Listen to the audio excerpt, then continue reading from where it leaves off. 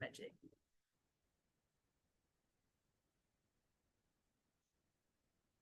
Does the microphone pick up my voice or not? Yes, but better. So our first speaker today, we have the honor of having Gary Edgerton, who is a professor of creative media and entertainment at Butler University.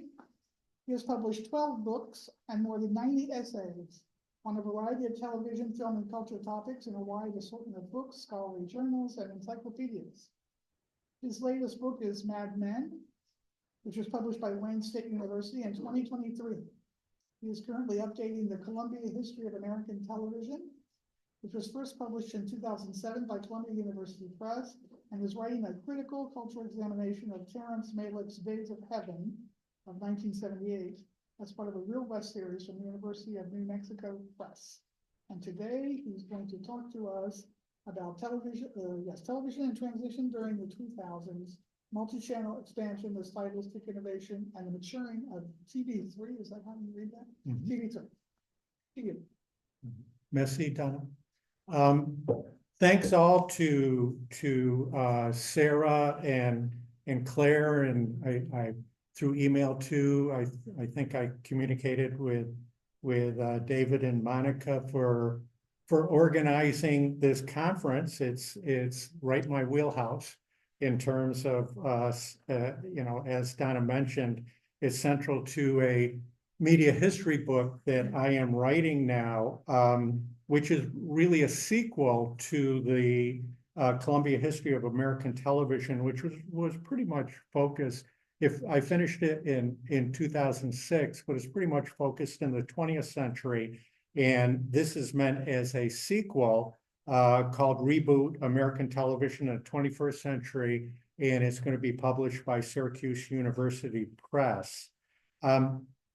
This latest TV history book, one of the things that Sarah was talking about in the beginning, that the focus of this conference is on broadcast TV. And what I'm going to take is sort of an overview of what was happening over the decade. And in that way, too, I will spend, especially as I get into the second half of what I talk about today, but really be homing in on broadcast TV. But I can't talk about broadcast TV without talking about the other platforms, because they all sort of influenced each other in the development of what happened in that particular decade.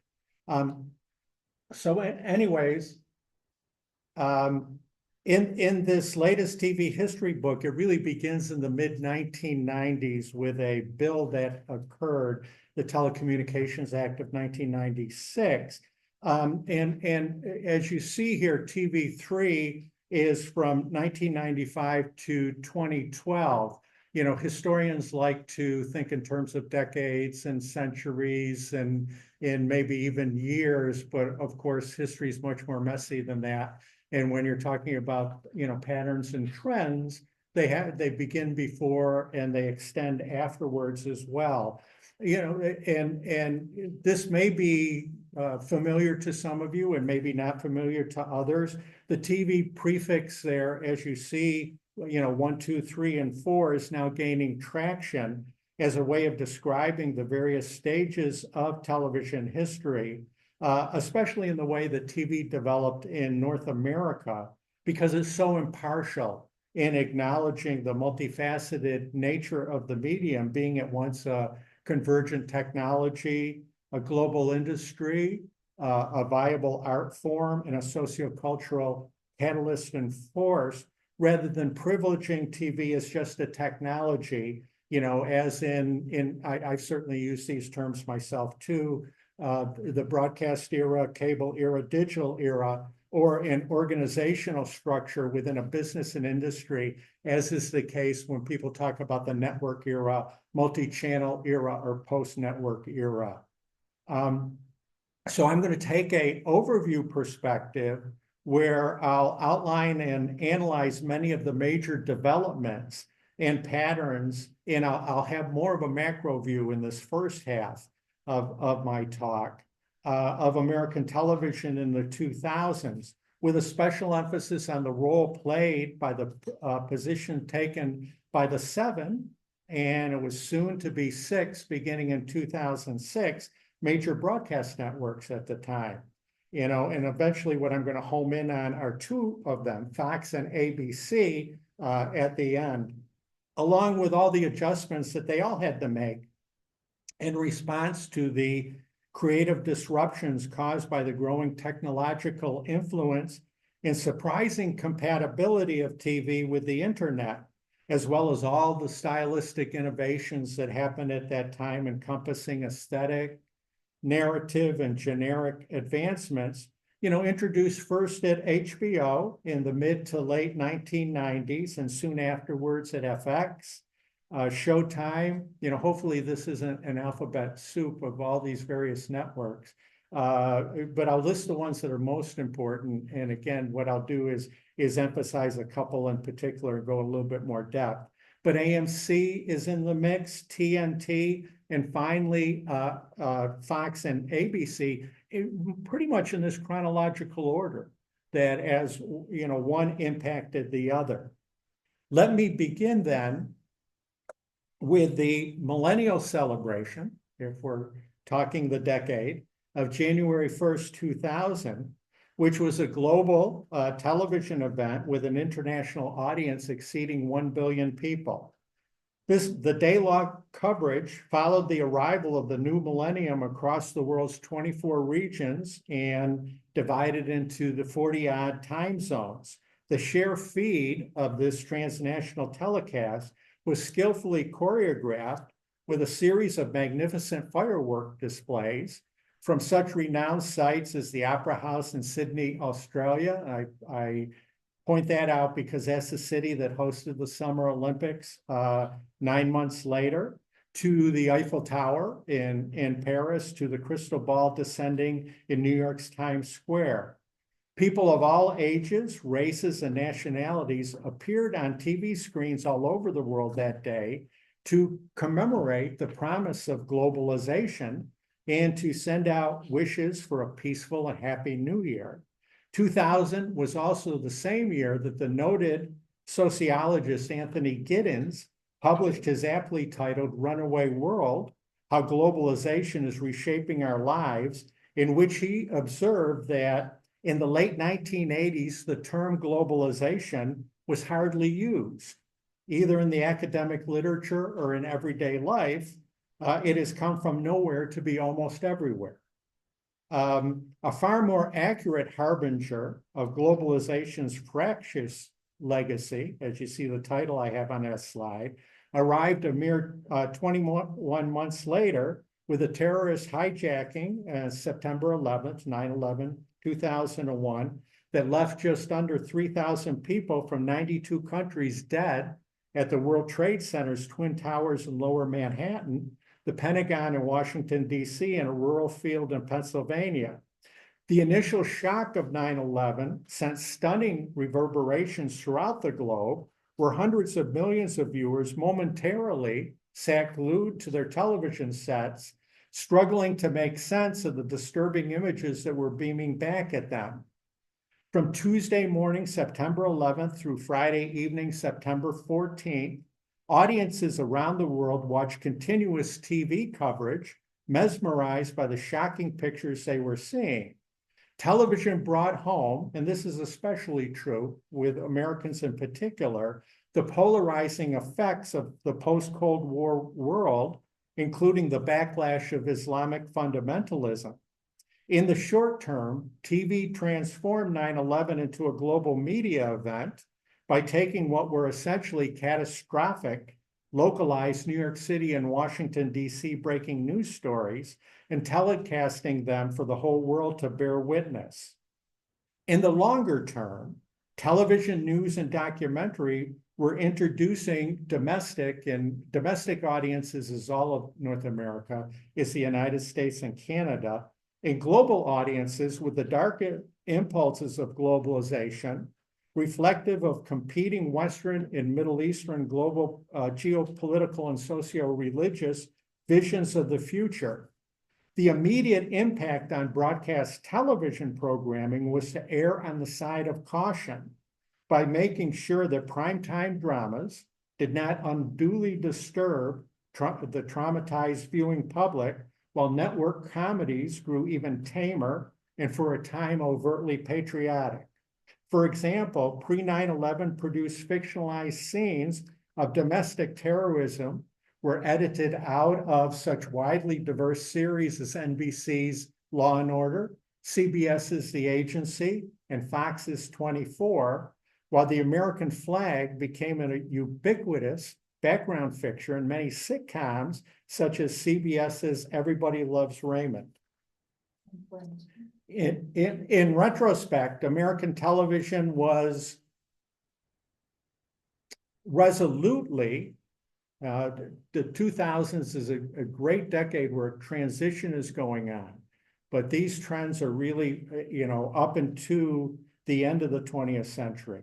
In retrospect, American television was resolutely heliocentric in terms of its multinational structure, the lopsided transnational profits it generated, and the global influence it exercised. These conditions began to noticeably change in 2000, where we saw the beginning of sort of a post-American era in terms of global television. The pivotal innovation in the changeover from TV2, which was approximately 1976 to 1994, to TV3, was the introduction of the first commercially available graphical browser, Netscape 1.0, on December 15, 1994. Some of us remember that, thus making web travel easy for the average media consumer. Freed by its evolving synergistic relationship with the internet and a wide array of interconnected digital devices, television's relevance, its influence, and its profitability grew faster and developed more dramatically in TV3 than in any previous stage in its history up to that point. TV3 brought a brand marketing model to the forefront with the ultimate goal of facilitating a strong relational brand between specific networks and channels and their respective target audiences. Television was now global in scale, digital in its technological preferences, increasingly deregulated, characterized by industrial consolidation with an ever-increasing number of corporate mergers, and distinguished by privileging high concept or prestige shows as the main strategy for branding networks and channels. These signature characteristics of TV3 stabilized and matured over the decade of the 2000s as the broadcast sector continued its slow descent. It still got the most viewers of any platform, but it was starting to recede. The cable and satellite sector peaked. It was never stronger than it was in the 2000s. And the streaming sector actually debuted with a company called Amazon Unbox, we know as Amazon Prime Video. They rebranded itself in 2018. But Amazon Unbox, Netflix, and Hulu from late 2006 to 2007 really started streaming. By the end of the decade, television in America had innovated, into a three-legged stool comprised of, so these are the different platforms: broadcasting, cable and satellite, and OTT, over the top, streaming sectors. And this is significant in terms of how it really changed in North America. The number of US broadcast, cable and satellite, and eventually OTT, over-the-top streaming networks skyrocketed from 281 in 2000 to 605 in 2010. By the 2000s, the 7 and soon to be 6 broadcast networks, NBC, CBS, I can probably put them up there so you can, ABC, Fox, UPN, which stands for the United Paramount Network, which was, a CBS entity, and the WB, which were merged into the CW, if you've seen that. And the C is for CBS, and the W is for Warner Brothers, in 2006, along with public television. You see them at the bottom. They're a player, although the smallest of them. We're all losing ground because they were relying largely on a general entertainment strategy that was still designed to attract an increasingly outdated and obsolete notion of an all-encompassing general American mass audience. In contrast, the cable and satellite sector realized its apex of profitability and influence during the 2000s by having long ago outgrown the top-down distribution model of broadcast TV. Premium and basic cable, as well as satellite TV subscriptions, now amounted to more than 80% of all TV households in the United States, by first utilizing genres, then eventually moving on to creating distinctive breakout programs as the most innovative way of transitioning and developing their identity brands. In terms of when we're talking genres, the entire history of American television was still evident on American television at that time.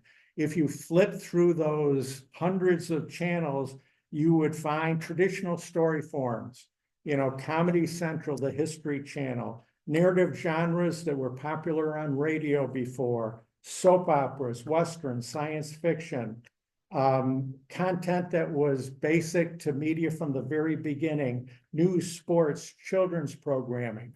Then you started to have networks devoted to demographic groups, Lifetime for women, Black entertainment television, Galavision for Spanish-speaking audiences, and even services for lifestyle choices and activities, home and garden television, the Travel Channel, the Weather Channel, the Food Channel.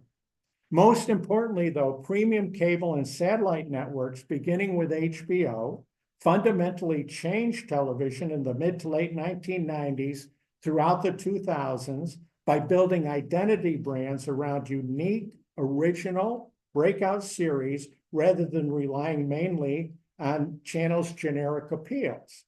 HBO led the way after a long series of starts and stops. It really took off in the middle 1990s, but they tried things the decade before, but it finally worked by pursuing what people now forget was a highly risky and atypical strategy for television at the time. It's become so normative that people are wondering what was the big deal. But besides a subscription-based, no commercial model, the important innovations was investing more money in program development from $2 to $4 million versus $1 million for the broadcast network per episode, limiting output. Instead of doing 22 to 26 episodes per season, do 10 to 13. It eventually went down to 8, sometimes 6 now, and giving showrunners an unusual degree of freedom to create singular, complex series, unlike anything else available on TV. This was embodied in HBO's branding line. It's not TV, it's HBO. But what that really marked was a transitional moment in the industry when broadcast networks were no longer first and foremost, that cable and satellite channels became the first place to look for breakout programming rather than traditional broadcast networks. And what I'll get to is how that then influenced broadcast networks and the content that they did. The certifiable tipping point, and for people who study television, this won't be a surprise, was the extraordinary popular and critical success of The Sopranos. On January 10th, 1999, American television changed forever with the premiere of The Sopranos. The series had all to itself, quote, a certain tier of television that had been surrendered by the broadcast network, recalls John Landgraf, the president and CEO of FX Networks, and he still is now. It's over a couple of decades that he's been there. There was this is his quote, there was a 2-year span when there was nothing like it on TV. What this observation by Landgraf refers to in retrospect is that creator and showrunner David Chase's more complex personal vision, as realized through The Sopranos, ushered in a new era of densely plotted, morally ambiguous TV dramas, expanding the range of storytelling and character options on all of television. It captured the zeitgeist of suburban ennui and angst so thoroughly that Tony and his family's lifestyle in New Jersey became emblematic of the American mind and character at the turn of the new millennium. And, The Sopranos after effect first was evident in HBO, a whole new wave of series, 6 Feet Under, The Wire, Deadwood.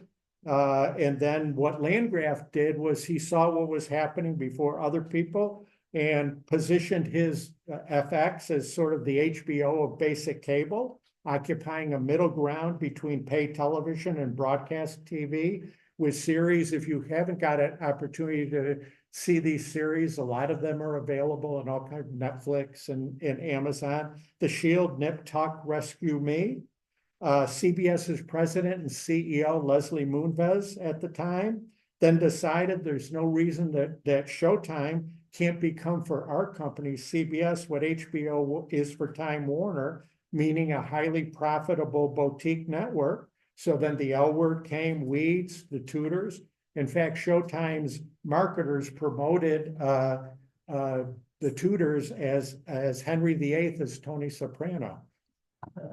Eventually, AMC with Mad Men and Breaking Bad, TNT with The Closer and Saving Grace, and many more basic cable networks were also influenced by HBO's success to enter the business of original scripted production, thus upping the ante for the broadcast networks.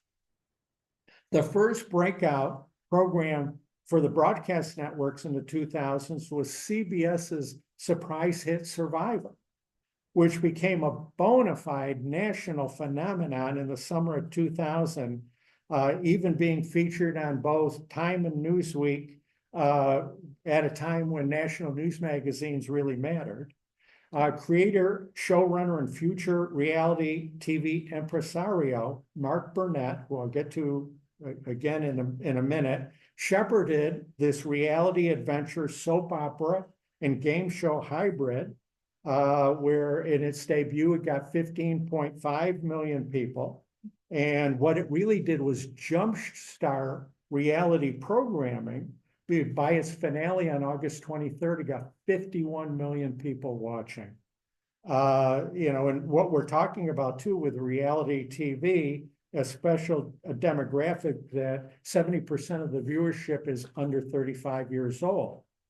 Reality programming momentarily receded on broadcast TV immediately after 9/11 as being too self-indulgent, while comedy was also briefly paused. But within 6 months, both reality and sitcoms made strong comebacks. They were sort of television's equivalent to comfort food. For example, NBC's Friends was seen as a somewhat passé hit on a downward trajectory throughout the 2000-2001 season. But after 9/11, this sitcom bounced back with its best ratings ever and finishing #1 series in primetime for the first and only time during the 2001-2002 season. The Friends resurgence, nevertheless, petered out after 2 years when it was replaced as NBC's most profitable and popular show at the time, Mark Burnett's The Apprentice, starring Donald Trump, in January 2004. 2004 and 2005 marked the absolute zenith for the reality genre on broadcast TV, comprising 6 out of the top 10 shows and 68% of all primetime programming. By 2010, this really flipped quickly because of the influence of these scripted shows, that it went from reality program, but by 2010, that trend turned upside down as the broadcast networks then scheduled 62% scripted as opposed to 38% unscripted in prime time. What happened was America's broadcast network started to follow the lead set by TV's premium and basic cable channels for a time by strategically creating breakout scripted dramas and comedies in order to rebrand their services. Let me see if I can. This slide here sort of quickly goes through, and you'll be able to read it, you know, the various networks and the shows that they use to rebrand themselves in the same way HBO and FX rebranded themselves with those other shows that I had mentioned before.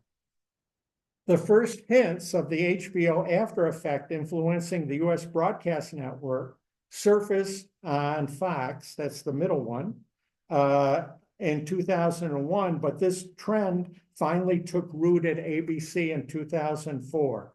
Then Time TV critic James Poniewosik, who now writes for the New York Times, dubbed The Sopranos the Urtext of male antiheroes.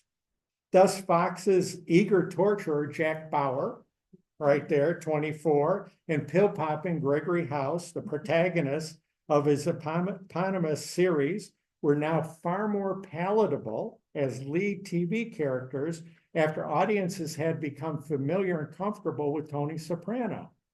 After all, Special Agent Bauer did make the world safe for democracy, and Dr. House did cure people, which made both of them far more socially acceptable than the charismatic psychopath Tony, who only acted in his own self-interest.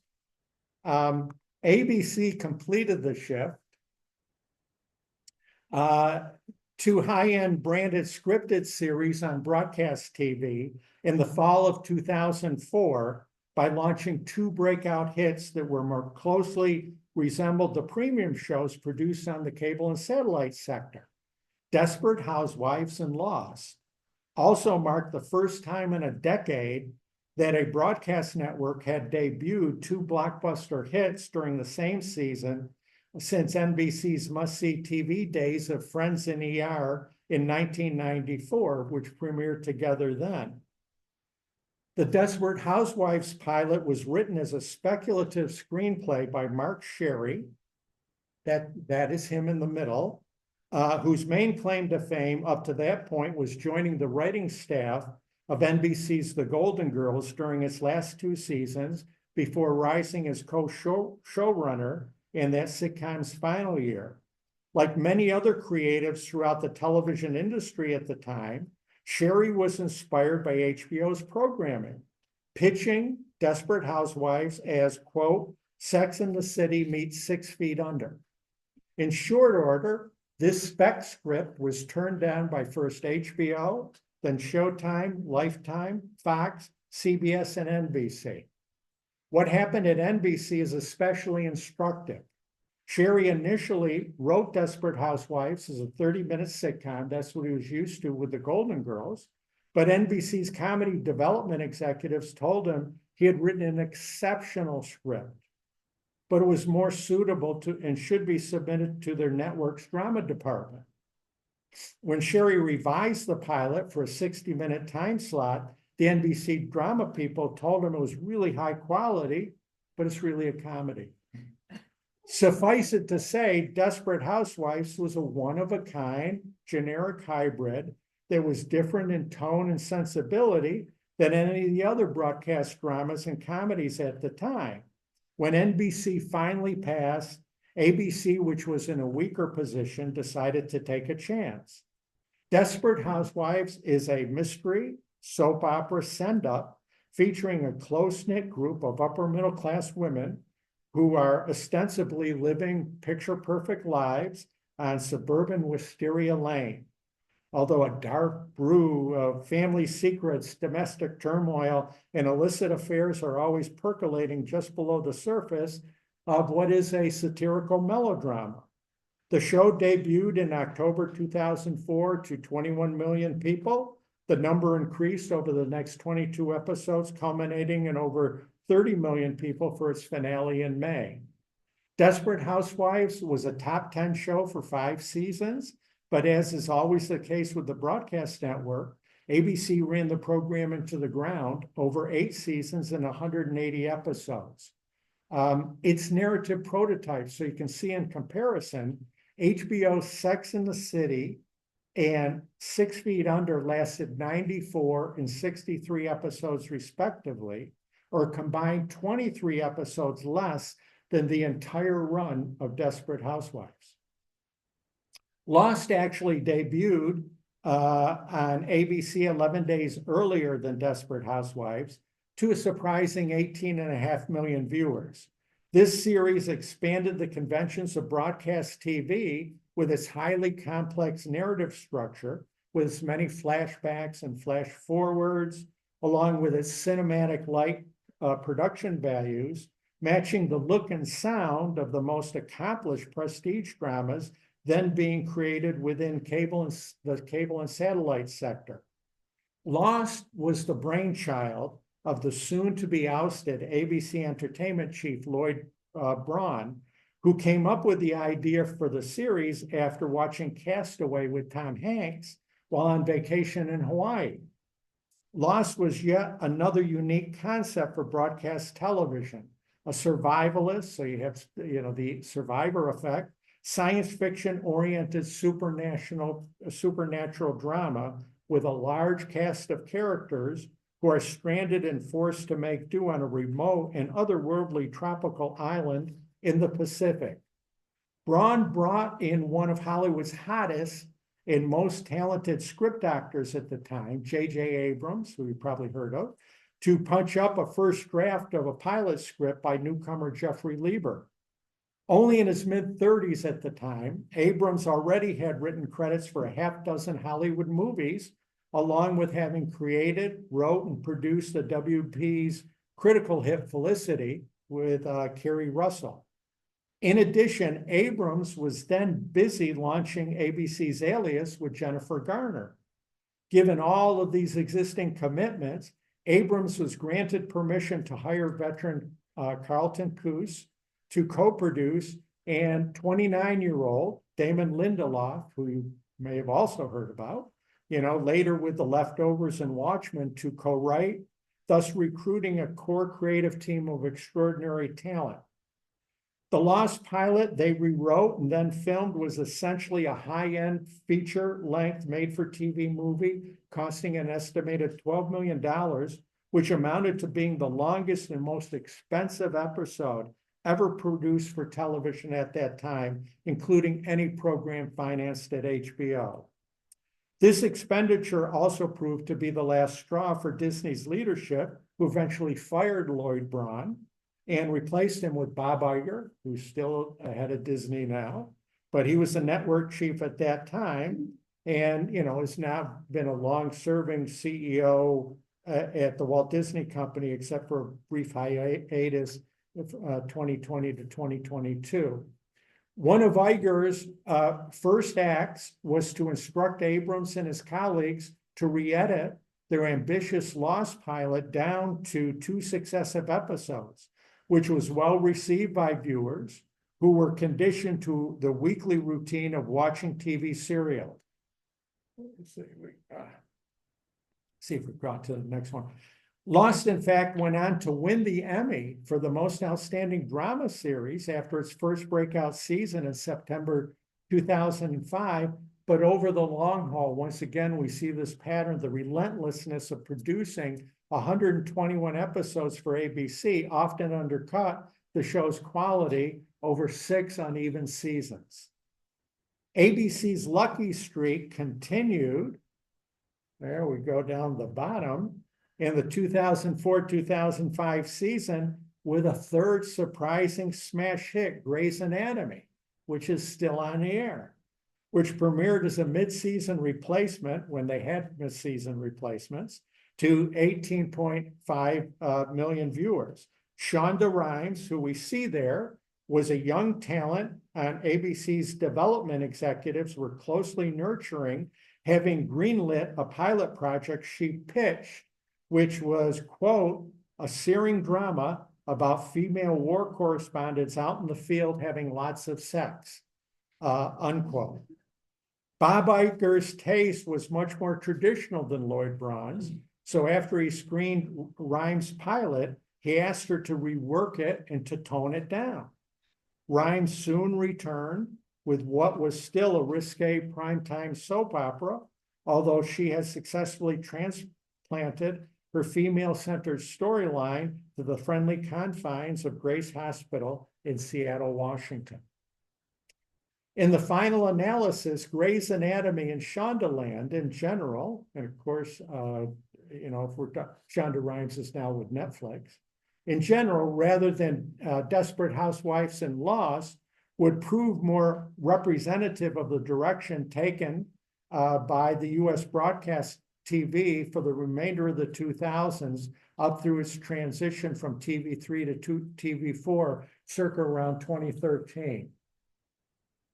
After the 2004-2005 season, network development executives tended to bypass high-end prestige concepts in favor of well-executed, mid-market scripted shows and down-market reality programs. The signature characteristic of TV3 did mature over the decade, even as the broadcast sector's share of the primetime audience continued to fall from 47% in 1994-95 to 31% in 2009 to 2010.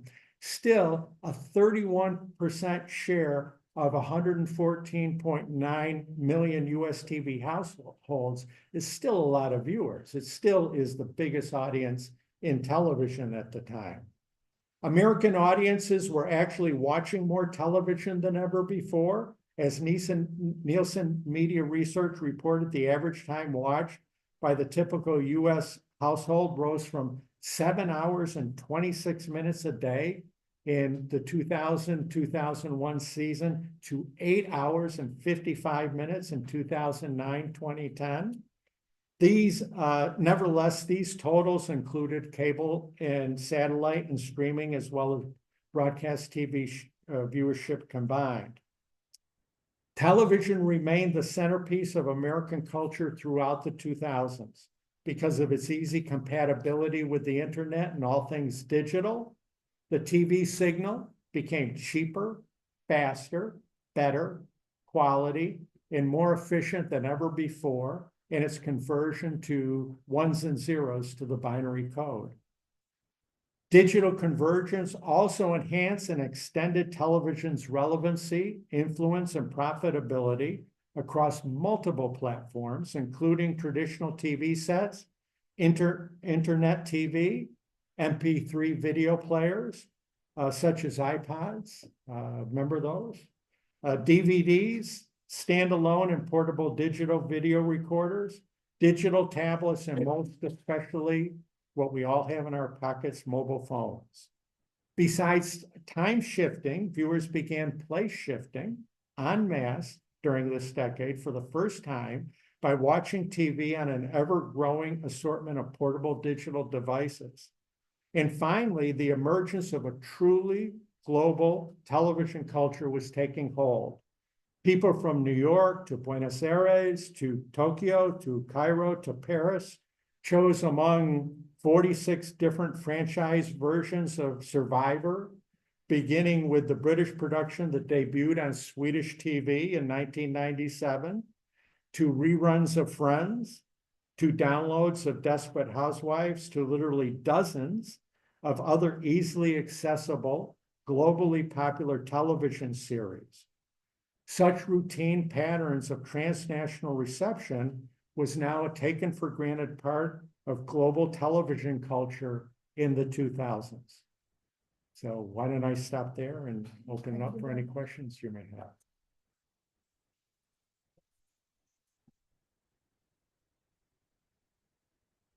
Yes, thank you very much for this really complete and fascinating presentation of American TV, which I hope will help the students that are present here numerous in understanding better the entire TV culture of the United States in the 2000s. So we're open for questions.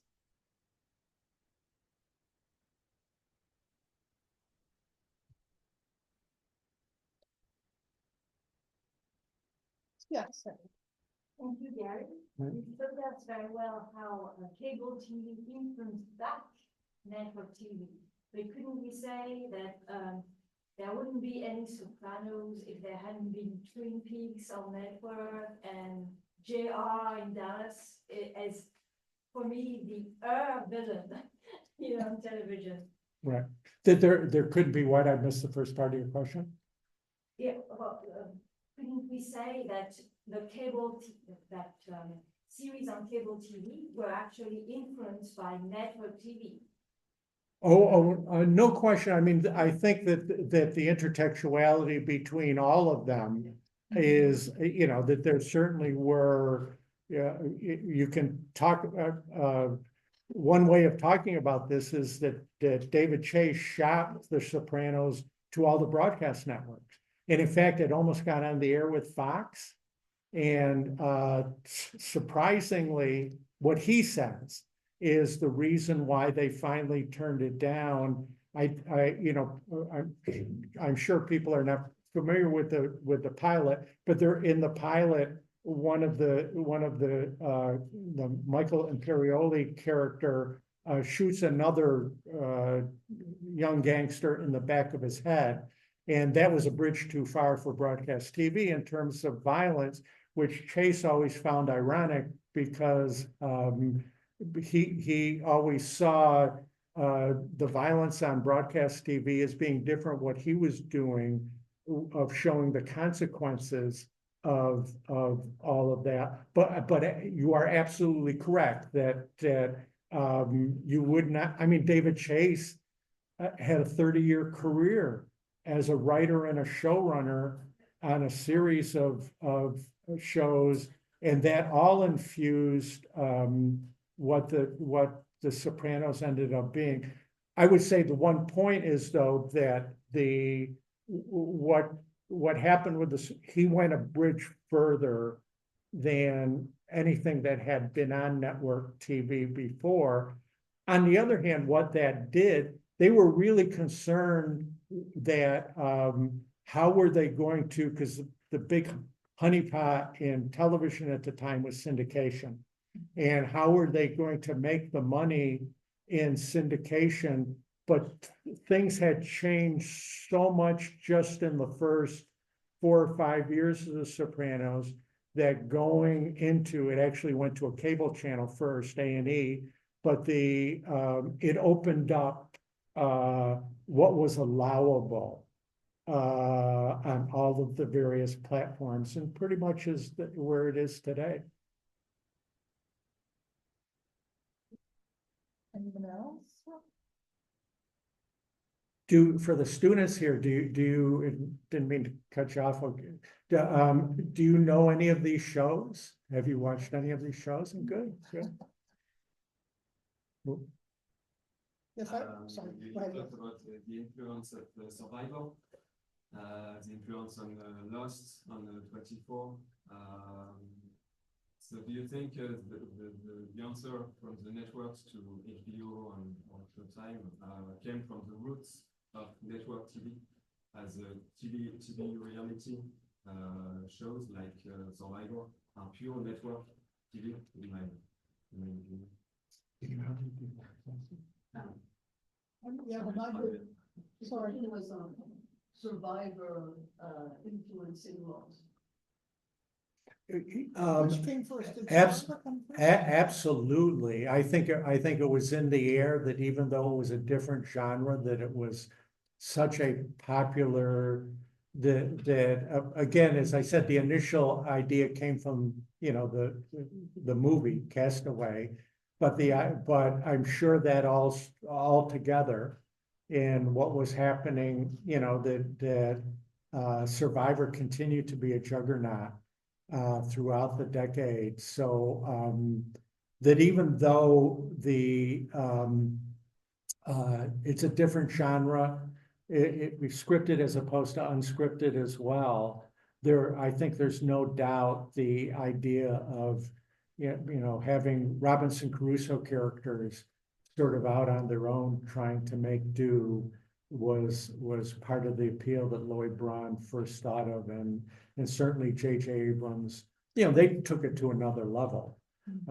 Carlton Cuse and David Lindelof bringing in, you know, their own mythology and everything to that show.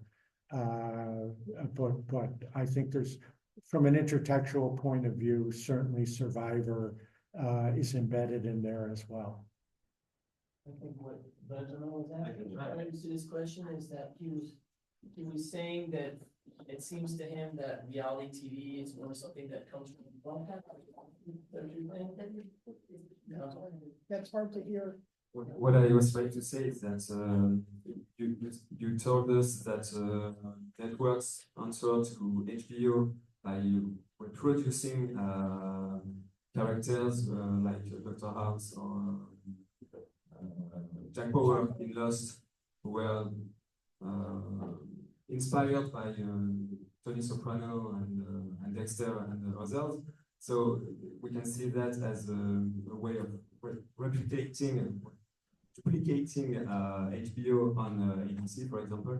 What I was trying to say is that with Survivor, networks found an inspiration that came from their roots, because I think reality TV is not associated to cable, but came from networks. So I think it's interesting to see that the answer and the success of networks came from their own traditions, their own invention, and not only by replicating what was on HBO or Showtime or FX. Right. Do you Well, agree with that? yeah, well, if I'm hearing you correctly, that's true with Survivor, that Mark Burnett actually was inspired by two survivalist shows on the Discovery Channel.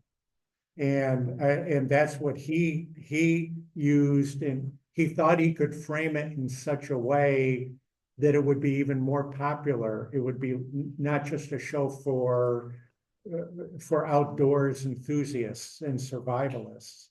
And but absolutely, you know, so all of the platforms are informing and inspiring others. And also, of course, when you get to looking at these TV, the number of intertextual references are well beyond television.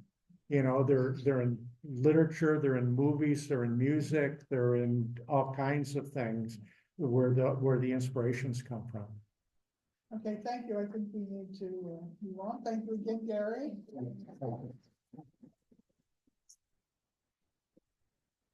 And I now ask Tatiana to come up. I was going to say, ironically, Friends got kind of like a second breath of air after, because of their show in 2001. Yeah. They also eliminated all the views of the skyline of Manhattan from the inner scene, the scenes in between the different scenes. Yeah.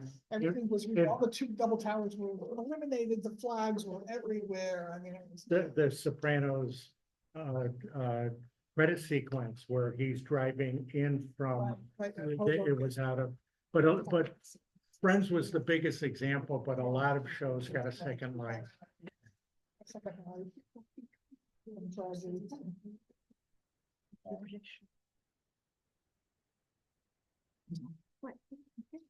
Pendant qu'elle s'installe, je vais la présenter. Donc, Tatiana Daligault est inscrite en doctorat interdisciplinaire en co-tutelle, en sciences de l'information et de la communication de l'Université Catholique de Louvain et en sociologie à l'Université de Limoges. Sa recherche porte sur les réceptions et les usages sociaux des séries pour les adolescents en France et en Belgique francophone. Ils sont à un moment transitoire de leur parcours de vie entre la fin du secondaire et le début du post-secondaire. Elle va nous parler des séries de network des années 2000 par les lycéens et lycéennes des années 2020, revisionnage différencié en accéléré et décodage négocié. Merci beaucoup. Bonjour, merci beaucoup de me recevoir dans votre colloque. Je suis vraiment très heureuse d'être là et un peu nerveuse, donc ne vous inquiétez pas. Donc, l'objet, je peux le... Ah non, il ne faut pas que je le bouge. Donc, les petites flèches ici. Donc, l'objet de cette communication étant né d'une enquête de terrain dans le cadre d'une recherche doctorale en sociologie et en sciences de l'information et de la communication, je vais commencer par présenter cette enquête succinctement pour ensuite développer quelques résultats. Ma recherche ne porte pas spécifiquement sur les séries de network des années 2000, et c'est là une limite que je pose d'emblée à cette communication. Non, ma recherche tente de comprendre les évolutions dans les pratiques ordinaires de visionnage, réception et usages sociaux des séries, d'élèves qui sont donc à une période déterminée scolairement et socialement de leur vie, à une période transitoire, des adolescents en dernière année de secondaire, en France et en Belgique francophone. Donc en France, c'est la terminale et en Belgique francophone, c'est la 6e secondaire. Dans le cadre de cette recherche, les séries sont entendues comme toute forme de fiction plurielle séquencée en épisodes, produite par et pour des diffuseurs de programmes audiovisuels. Donc ça comprend les séries d'animation et les web-séries. Quant aux adolescents, sans rentrer dans des définitions plurielles, parce que ce n'est pas le cadre de cette communication, de l'adolescence, de la jeunesse, il est surtout important de souligner qu'ils sont dans des processus longs d'individuation, d'autonomisation, soit le devenir adulte. Dans le cadre de cette recherche, une méthodologie à l'approche longitudinale a été privilégiée. Elle comprend 2 volets successifs, un volet quantitatif et un volet qualitatif. Pour le volet quantitatif, un questionnaire a été diffusé dans des classes de 16 établissements, 8 en Haute-Vienne et 8 en province de Namur, qui ont des profils diversifiés en termes de localisation géographique et de filières proposées. La passation s'est faite entre octobre et novembre 2021. En tout, 483 élèves ont répondu à ce questionnaire, qui portait sur leurs loisirs, les programmes audiovisuels visionnés et bien sûr, les séries visionnées préférées et les personnages qu'ils appréciaient ou n'appréciaient pas.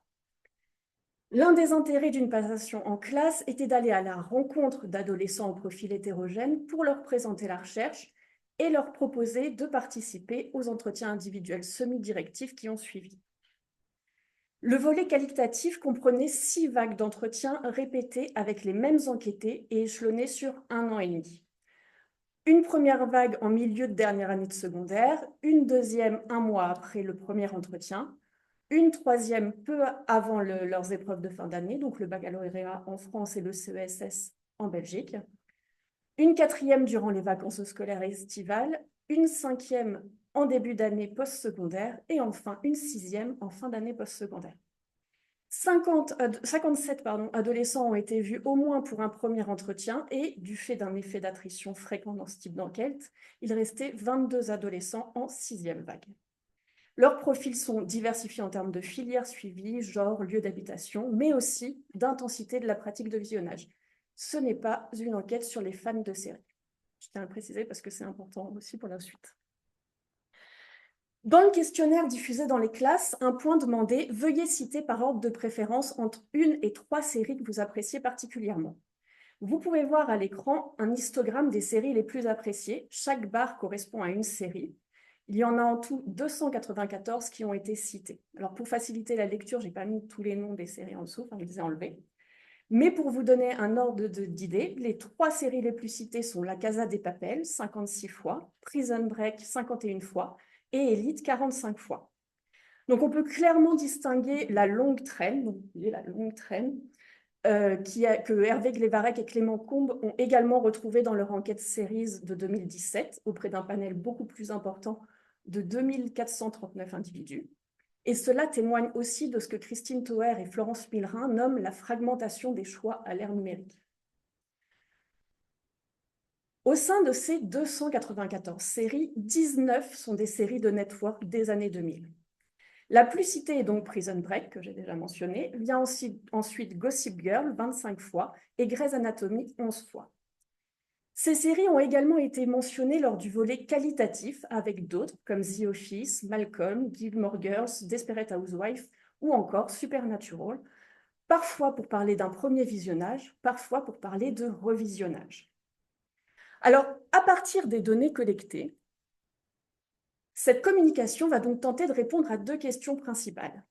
Pourquoi et comment des adolescents de dernière année de secondaire visionnent ou revisionnent des séries de network des années 2000, et quelle réception en ont-ils? La communication se découpera en 3 grandes parties. Une première portera sur les motivations et les prescripteurs d'un visionnage de ces séries par les adolescents, en amont et durant l'enquête. La deuxième partie se concentrera sur les temps de visionnage de ces séries, afin de percevoir quels usages sociaux peuvent en être faits. Enfin, une troisième et dernière partie reviendra sur les réceptions de 3 de ces séries. Je vais essayer en tout cas dans le temps imparti. Donc, pour commencer, je vais d'abord revenir sur les raisons énoncées par les adolescents rencontrés d'avoir entamé le visionnage de séries états-uniennes de network des années 2000. Au cours du volet qualitatif de l'enquête, 29 adolescents et adolescentes ont mentionné le visionnage d'une de ces séries, un peu plus de la moitié. 25 adolescents ont débuté le visionnage d'une de ces séries en amont de l'enquête et 10 au cours de l'enquête, dont 6 en ont débuté en amont et durant l'enquête. Cette distinction temporelle a son importance puisque les adolescents ne justifiaient pas les visionnages avec les mêmes arguments et ne mentionnaient pas les mêmes prescripteurs selon les différents cas. Dans le cadre d'un premier visionnage en amont du début de l'enquête, les prescriptions sérielles viennent presque exclusivement de la famille nucléaire et élargie, tout particulièrement lorsque le visionnage a débuté dans l'enfance. Plus rarement d'amis et, dans un seul cas, d'un professeur. Les transmissions se sont faites en grande majorité entre individus du même sexe. Au sein de la famille, ce sont d'ailleurs surtout le sexe et l'âge des individus qui définissent très clairement les séries prescrites. Les sœurs plus âgées et beaucoup plus ponctuellement les cousines et les mères sont à l'origine des visionnages de séries pour adolescents, principalement par des adolescentes. Les séries citées sont Gilmore Girls, Gossip Girl, Glee ou encore Vampire Diaries. Les mères sont les plus citées comme prescriptrices, que ce soit seules ou au sein du couple parental. Elles sont à l'origine de visionnages allant de Grey's Anatomy à Prison Break, en passant par Desperate Housewives, mais aussi, dans un cas, de séries policières comme Les Experts ou Mentalistes. Les hommes de la famille plus âgés, pères, frères, beaux-frères ou cousins, sont principalement cités par les garçons enquêtés pour expliquer le visionnage de sitcoms comme How I Met Your Mother et The Office, ou des séries fantastiques comme Supernatural. Si les transmissions culturelles sont, dans le cas de ces séries, genrées, la multiplication des agents de transmission conduit plus largement à des visionnages de séries au genre pluriel, qui ne se limitent pas, loin de là, à ce qui vient d'être présenté. Cela donne malgré tout à voir, même partiellement, une construction genrée des goûts qui tendrait à se maintenir du fait d'une pratique culturelle elle-même différenciée selon le genre des individus. En d'autres termes, les individus conseillent ce qu'ils ont eux-mêmes visionné à d'autres individus qu'ils imaginent comme appartenant au public de la série conseillée. Et par cette circulation des productions culturelles, ils participent à la caractérisation des publics. Cela rejoint à grands traits la théorie de Daniel Dayan déjà énoncée en 1992. Mais surtout, ce qui est notable, c'est que plusieurs des adolescents rencontrés présentent comme acquis, presque allant de soi, cette séparation entre les séries pour filles et les séries pour garçons, avec des publics cloisonnés à un genre de génération en génération. Une adolescente explique par exemple au sujet de la série Gossip Girl: enfin, toutes mes copines et tout ça l'ont vu, je vais pas dire les garçons, voilà, c'est toujours, je vais pas dire le genre d'un garçon. L'attachement à la série du membre de la famille prescripteur participe à une transmission réussie, tout particulièrement lorsqu'il a ou avait des coffrets DVD, support qui a pu faciliter des moments en commun, même ponctuels. Ainsi, une adolescente de 17 ans explique avoir commencé la série Gossip Girl lorsqu'elle était plus jeune, avec sa sœur de 9 ans, son aînée, quand elle squattait la télé, je la cite. Je pense elle avait tous les DVD. Moi, c'est comme ça que j'ai commencé à regarder avec elle, et donc je regardais un épisode de temps en temps. Et quand j'ai eu Netflix et qu'ils l'ont mis, j'ai tout regardé plusieurs fois, je crois. Le visionnage débuté dans la sphère familiale et poursuivi lors de la mise en ligne sur une plateforme de vidéo à la demande par abonnement, mais j'y reviendrai. Les enquêtés relatant un visionnage de séries des années 2000 suite à une prescription amicale ne sont que 6. Ces prescriptions sont arrivées dans des temps de l'adolescence, souvent entre 14 et 16 ans. Une explication possible à ça tient au fait qu'une majorité des adolescents relatant ces cas de figure sont des fils ou filles uniques ou les aînés de leur fratrie. Il est donc probable qu'ils aient bénéficié des prescriptions de membres plus âgés d'autres familles par l'intermédiaire de leurs amis. Enfin, pour 4 adolescents belges d'une même classe, le visionnage de la série Grey's Anatomy a débuté en cours de religion. leur professeur diffusant un épisode pour introduire le nouveau thème en cours qui était le travail. Ce cas de figure montre que les agents prescripteurs peuvent être multiples, mais que là encore, il faut que la série soit accessible sur une plateforme pour que le visionnage soit poursuivi. Ce point se ressent d'autant plus dans le cadre d'un premier visionnage au cours de l'enquête, toujours entamé sur une plateforme de vidéo à la demande par abonnement. Le motif principal justifiant d'avoir débuté le visionnage de séries des années 2000 est alors que la série est culte, un classique. Mais qu'est-ce qui fait qu'une série est culte? Pour les chercheurs Martin Julier-Cos, Denis Geoffrey et Jocelyn Lachance, qui ont dirigé donc un ouvrage appelé Série culte et culte de la série chez les jeunes, la série culte met en scène des problématiques qui s'imposent à l'adolescence, comme la sexualité, la violence et la mort. Elle est ce que les auteurs nomment hyperactuelle, c'est-à-dire qu'elle rentre au moins partiellement en adéquation avec la société d'aujourd'hui par les thèmes abordés.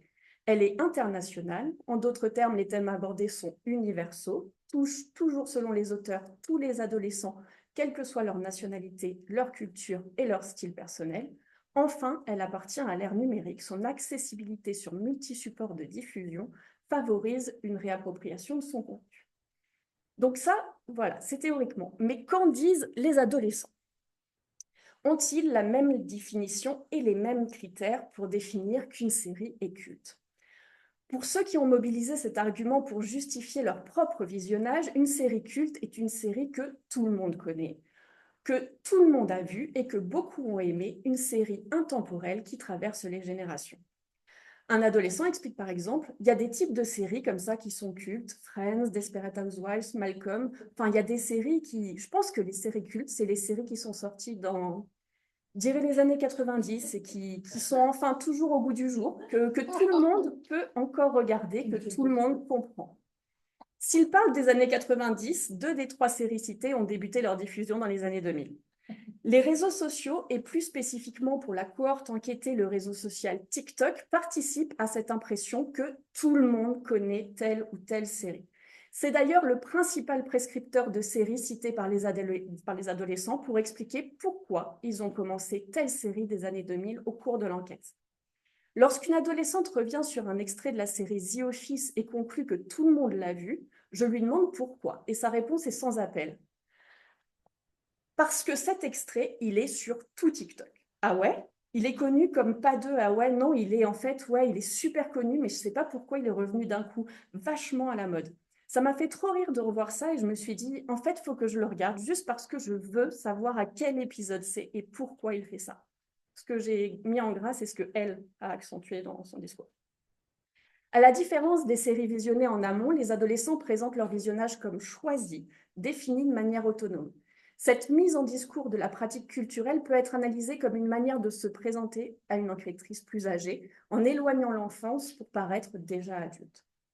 Cette idée que le visionnage de la série est partagé par un nombre important d'individus est renforcée quand un ou plusieurs membres de la famille a déjà visionné la dite série, même s'il n'est pas à l'origine du visionnage par l'adolescent. C'est le cas d'un adolescent qui explique avoir commencé la série Desperate Housewives après avoir vu des extraits sur TikTok et la présente comme une série que tout le monde a vue. Toutes les personnes, enfin, qui ont la trentaine, la quarantaine, enfin, ils ont un peu pas été bercés avec, mais enfin, ça passait à la télé à l'époque. Donc c'est quand même, enfin, ma mère, ma tante, ma marraine, tout, enfin, mon entourage l'a vu, quoi. Du coup, j'ai initié un de mes cousins. Ce n'est pas directement une transmission verticale de la mère au fils, mais une transmission multimodale dont la multiplication des prescripteurs renforce l'impression et l'adhésion à un visionnage partagé. Seulement, dans ces situations, la raison première d'avoir débuté le visionnage reste d'avoir vu des extraits sur TikTok. Plusieurs adolescents, géographiquement et socialement éloignés, ont même décrit lors d'une même vague d'entretien les mêmes extraits pour expliquer avoir entamé le visionnage d'une même série. C'est le cas avec la série Desperate Housewives. Que 4 enquêtés, 3 en Belgique et 1 en France, disent avoir débuté lors de la 6e vague d'entretien, après avoir vu le même extrait sur le réseau social. Gabrielle, là, je suis à la 2e saison, elle n'a pas d'enfant, elle n'en veut pas du tout, mais... Et du coup, dans les extraits, elle avait un enfant, du coup, je sais que, voilà. Difficile de dire pourquoi, en 2023, ces adolescents se sont retrouvés à visionner cet extrait, alors que la série a été ajoutée au catalogue de la plateforme Disney+, le 23 février 2021, et était, bien avant ça, rediffusée sur plusieurs chaînes de télévision, belges comme françaises. Quoi qu'il en soit, par ce réseau social générationnel, la série fait son retour dans le calendrier des séries à voir, malgré son ancienneté. Je vais maintenant me concentrer sur les temps de visionnage de ces séries qui expliquent en partie ce qui peut les distinguer d'autres productions, du moins pour certaines d'entre elles. Cela a déjà été évoqué, mais la disponibilité d'une série sur une plateforme accessible pour l'enquêter est un critère primordial. Pratiquement aucun des adolescents rencontrés ne regarde des séries sur des sites de streaming illégaux ou ne télécharge d'épisodes. Savoir que la série ne sera plus accessible est d'ailleurs une des raisons mentionnées pour la revisionner, comme pour cette adolescente qui explique avoir revu Gossip Girl avant qu'elle ne soit plus accessible. Quand elle avait été retirée de Netflix, on s'était tout empressé de la re-regarder une fois. Regarder ces séries sur une plateforme permet une flexibilité du visionnage. Les épisodes peuvent s'enchaîner, il n'y a plus à attendre pour regarder. Les adolescents rencontrés adoptent alors différentes stratégies selon les usages qu'ils font des séries, mais aussi s'il s'agit d'un premier visionnage ou d'un revisionnage. Lors d'un premier visionnage, le risque principal relaté par les adolescents est de se faire spoiler la série, surtout quand le visionnage a été amorcé après avoir vu des extraits publiés sur le réseau TikTok. Certains adoptent alors des tactiques pour éviter de connaître la suite sur les réseaux. Après, c'est pour ça que je me suis dit que j'allais pas regarder plus parce que j'avais pas envie d'être plus spoilée que ça, mais j'essaye de pas y penser, de me dire que je le verrai plus tard, et voilà. Je me dis, je vais pas gâcher une série juste pour ça, quoi. Les adolescents dans ce cas de figure ont tous semblé accepter ce risque comme condition du visionnage d'une vieille série. Cet adjectif qui est revenu dans les discours des adolescents, et donc, par exemple, d'une adolescente qui a vu Gossip Girl, au début, j'accrochais pas trop parce que j'ai commencé cette année, et c'était quand même une assez vieille série. Outre leur ancienneté, les séries des années 2000 étaient décrites comme longues. La même adolescente ajoute plus tard dans l'entretien « J'ai bien aimé, mais c'était long, parce que je l'ai regardé, enfin, j'ai pas attendu qu'une autre saison sorte, voilà. Mais si, quand j'ai fini, j'étais un peu dégoûtée parce que, voilà, c'était la fin. » La longueur a pu être un argument rédhibitoire pour celles et ceux qui se sont refusés à regarder des séries comptant plusieurs saisons d'une vingtaine d'épisodes d'environ 40 minutes.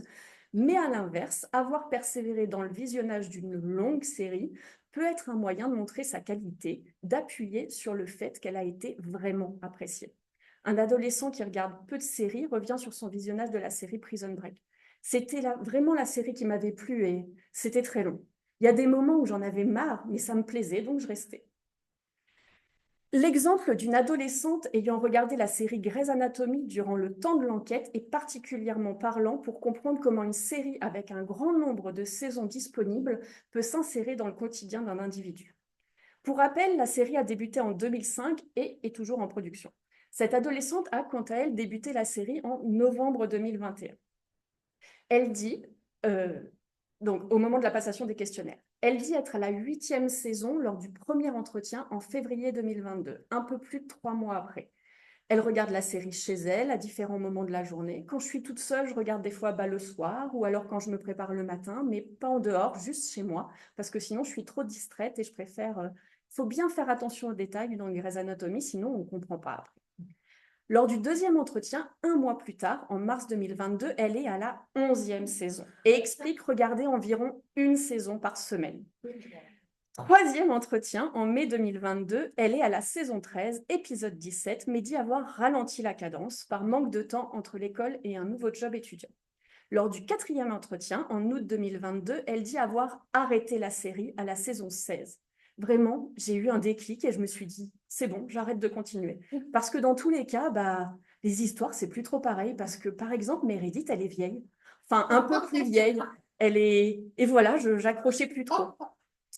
Il semble que l'adolescente ait atteint une limite dans la juxtaposition de 2 temporalités aussi éloignées, c'est-à-dire les 17 ans de diffusion de la série et les quelques mois pour la visionner. Lorsque la fiction se rapproche du présent de l'adolescente, cela conduit à un point de rupture. J'allais arriver à la saison du Covid et j'avais pas du tout envie de regarder, enfin, qu'on parle du Covid dans une série. Pourquoi ? Parce que je sais très bien que Meredith va être dans le coma. Du coup, j'avais pas envie le Covid, c'était un moment assez compliqué et moi, j'avais pas envie de regarder ça dans ma série préférée. On peut noter que sa connaissance des arcs narratifs qui vont être développés plus tard dans la série lui permet de moduler son visionnage. L'adolescente ne cherche pas que la série soit proche de son quotidien, mais bel et bien qu'elle lui offre d'autres représentations, qu'elles soient, pour reprendre l'une des formes de nostalgie théorisées par Christine Toer, Vincent Fabre et Sophie Lebert, hors du temps, pour échapper au stress et au rythme effréné de la vie quotidienne. L'adolescente le formule d'ailleurs clairement lorsqu'elle explique avoir recommencé la série à une saison qu'elle affectionne.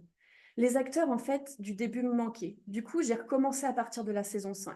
Vraiment parce que pour moi, c'était les meilleures saisons et du coup, j'ai re-regardé les épisodes. Ce qui m'amène au revisionnage de séries des années 2000 durant le temps de l'enquête.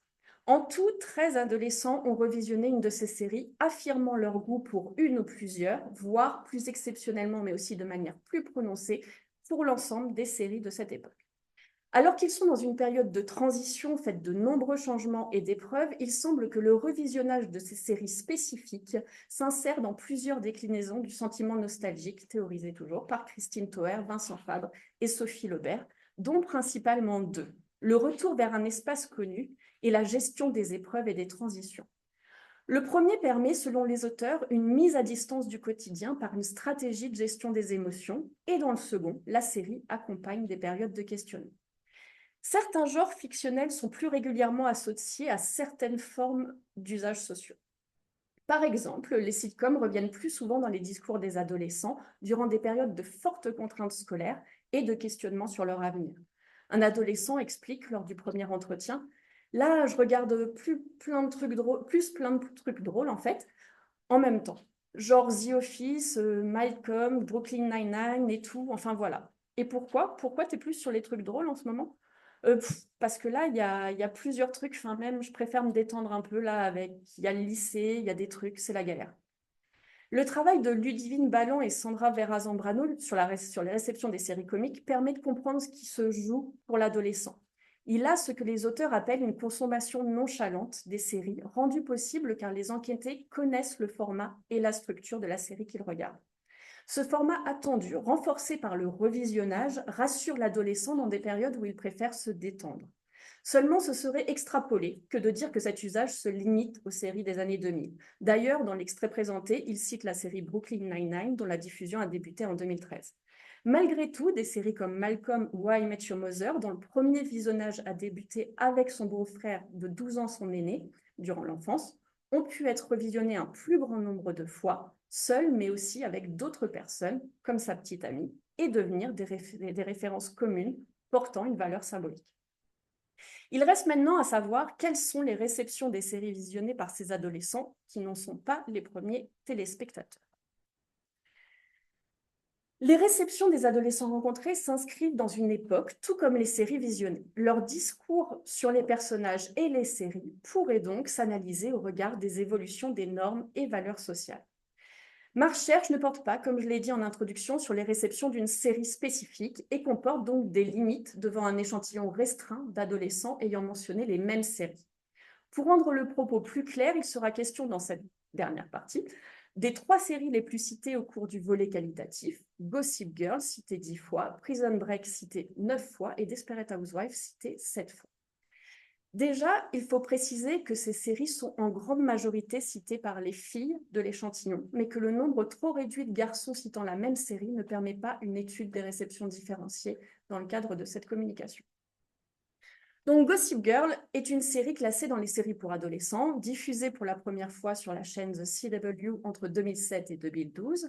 Dans sa thèse de doctorat en études anglophones sur la construction de l'adolescente américaine dans les séries télévisées, Émilie Lemoine rappelle que la série a connu un engouement quasi immédiat, dû notamment à un récit situé au cœur de la ville de New York et à des personnages présentés comme subversifs. Durant les entretiens, ce sont surtout Chuck Bass et son couple avec Blair Waldorf qui ont été mentionnés. Émilie Lemoine revient dans une section de sa thèse sur le personnage de Chuck sous l'intertitre « Viol et agression sexuelle », car dès le pilote, il tente de profiter du personnage de Serena alors alcoolisée. Il fait une nouvelle tentative de viol sur le personnage de Jenny, personnage plus jeune. Émilie Lemoine note toutefois que la narration autour de ces agressions dans l'épisode pilote peut laisser croire à une mise en garde, voire à un panneau de signalisation à l'adresse de toutes les jeunes filles. Sa thèse a été soutenue en 2013. Qu'en disent les adolescentes rencontrées entre 2021 et 2023 ? Unanimement, elles disent apprécier le couple formé par Blair et Chuck, et presque toutes expliquent apprécier le personnage de Chuck. Seulement, elles n'élutent pas et n'excusent pas pour autant les actions du personnage et les mentionnent sans que la question ne leur soit posée. Une adolescente décrit par exemple le personnage avec ces mots. Au début, j'aimais pas du tout parce que au début, c'est un violeur. C'était vraiment quelqu'un de très arrogant et sauf qu'au fil de la série, en fait, on a vu ça, c'était sa première image, quoi. Les adolescentes semblent bel et bien sensibilisées aux questions des violences sexuelles, qu'elles condamnent avec plus ou moins de fermeté, mais le personnage est malgré tout partiellement réhabilité grâce à son histoire d'amour avec un autre personnage principal. Les adolescentes présentent ce que Yen Hang a théorisé sous l'appellation de réception secondaire, c'est-à-dire des réceptions qui ont rencontré la réception d'autrui. Dans le cadre de cette enquête, les adolescentes montrent une connaissance des premières lectures qui ont été faites de la fiction, comme par exemple lorsque l'une d'elles dit, sur Chuck toujours, c'est un personnage tellement controversé, aimé et détesté en même temps des fans de Gossip Girl et tout ça. En creusant plus, en regardant vraiment beaucoup la série, en étant minutieux, c'est un personnage qui est super adorable, quoi. Cette minutie est rendue possible par un second visionnage, mais peut aussi être présent dès le premier par les connaissances sur la série acquises dans l'entourage ou sur les réseaux sociaux. Cela favorise une lecture critique, car au final, les adolescentes n'adulent pas le personnage, elles n'idéalisent pas sa relation de couple. Ce qu'elles expriment, c'est une reconnaissance de l'évolution du personnage qui les a conduits à s'y attacher et parfois jusqu'à dire à le comprendre en partie. Au fil de la série, on voit qu'en fait, son vrai visage, tout ce qu'il a fait pour Blair, c'est sa copine, ce qu'il a fait pour la protéger, tout ce qu'il a vécu par rapport à son père, sa mère disparue, que le fait que son père l'aime pas parce que son père remettait la mort de sa mère sur lui, tout ça. En fait, ça permet de mieux comprendre le personnage, mieux comprendre peut-être pourquoi il était comme ça, même s'il y a des choses, voilà, qui ne s'expliquent pas. La série participe à l'apprentissage d'une forme d'altérité qui n'est pas pour autant une volonté de reproduire le couple fictionnel, puisque les adolescentes en mentionnent toujours les dysfonctionnements. En fait, il y a une mise en tension entre les normes amoureuses portées par la série à travers ses personnages et les normes amoureuses actuelles que les adolescentes ont même partiellement incorporées, qui empêchent une idéalisation du couple, ou du moins de dire idéaliser ce couple devant une tierce personne. Il est d'ailleurs à noter que la seule adolescente à avoir affirmé apprécier les passages de la série avec le couple sans apprécier le personnage de Chuck est également la plus sensibilisée aux questions des violences sexistes et sexuelles de par sa trajectoire scolaire et familiale. La deuxième série, Prison Break, a été diffusée une première fois entre 2005 et 2009 pour les 4 premières saisons et en 2017 pour la 5e sur la Fox. Durant l'enquête, la série est visionnée par 9 adolescents, 7 filles et 2 garçons. Le message principal qui est retenu est la relation fraternelle entre les personnages de Michael Scofield et Lincoln Burrows. C'est incroyable que Michael, il ait aidé à le faire sortir de prison. C'est le dévouement qu'il met dans sa relation. Il se jette en prison lui-même pour le sortir de prison. Enfin, c'est incroyable, quoi. Les adolescentes qui reviennent sur cette relation peuvent la rapporter à leur propre adelphi et à la force des liens familiaux. Je suis très proche de mes frères et sœurs et je sais que c'est quelque chose que si un jour ça arrive et que si je peux le faire, je le ferai, quoi. La série revêt alors des valeurs familiales qui sont chères à l'adolescente et qu'elle peut ainsi affirmer devant une tierce personne. La série est également très appréciée pour son personnage principal, Michael Scofield. Les raisons mentionnées sont principalement son intelligence. Il est incroyable, c'est la tête pensante, c'est le génie. Et plus rarement, le physique de l'acteur. Michael Scofield, il est quand même pas mal. La critique majeure portée à la série est qu'elle ait eu une suite en 2017. L'absence de discours fortement différenciés peut participer à faire de cette série une série culte, facilement partagée et partageable.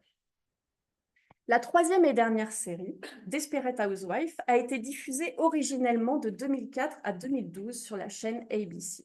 Elle est donc citée par 7 enquêtés, 6 adolescentes et 1 adolescent. Les 2 personnages les plus mentionnés pour des réceptions opposées sont Suzanne Meyer et Brie Van de Kamp. La première est présentée comme chiante. Une adolescente dira même « vraiment, elle est insupportable, quoi. Je la supporte pas du tout ». Aucune adolescente ne dit s'identifier à ce personnage et la seule identification dont une adolescente rend compte est non pas avec elle, mais avec sa mère.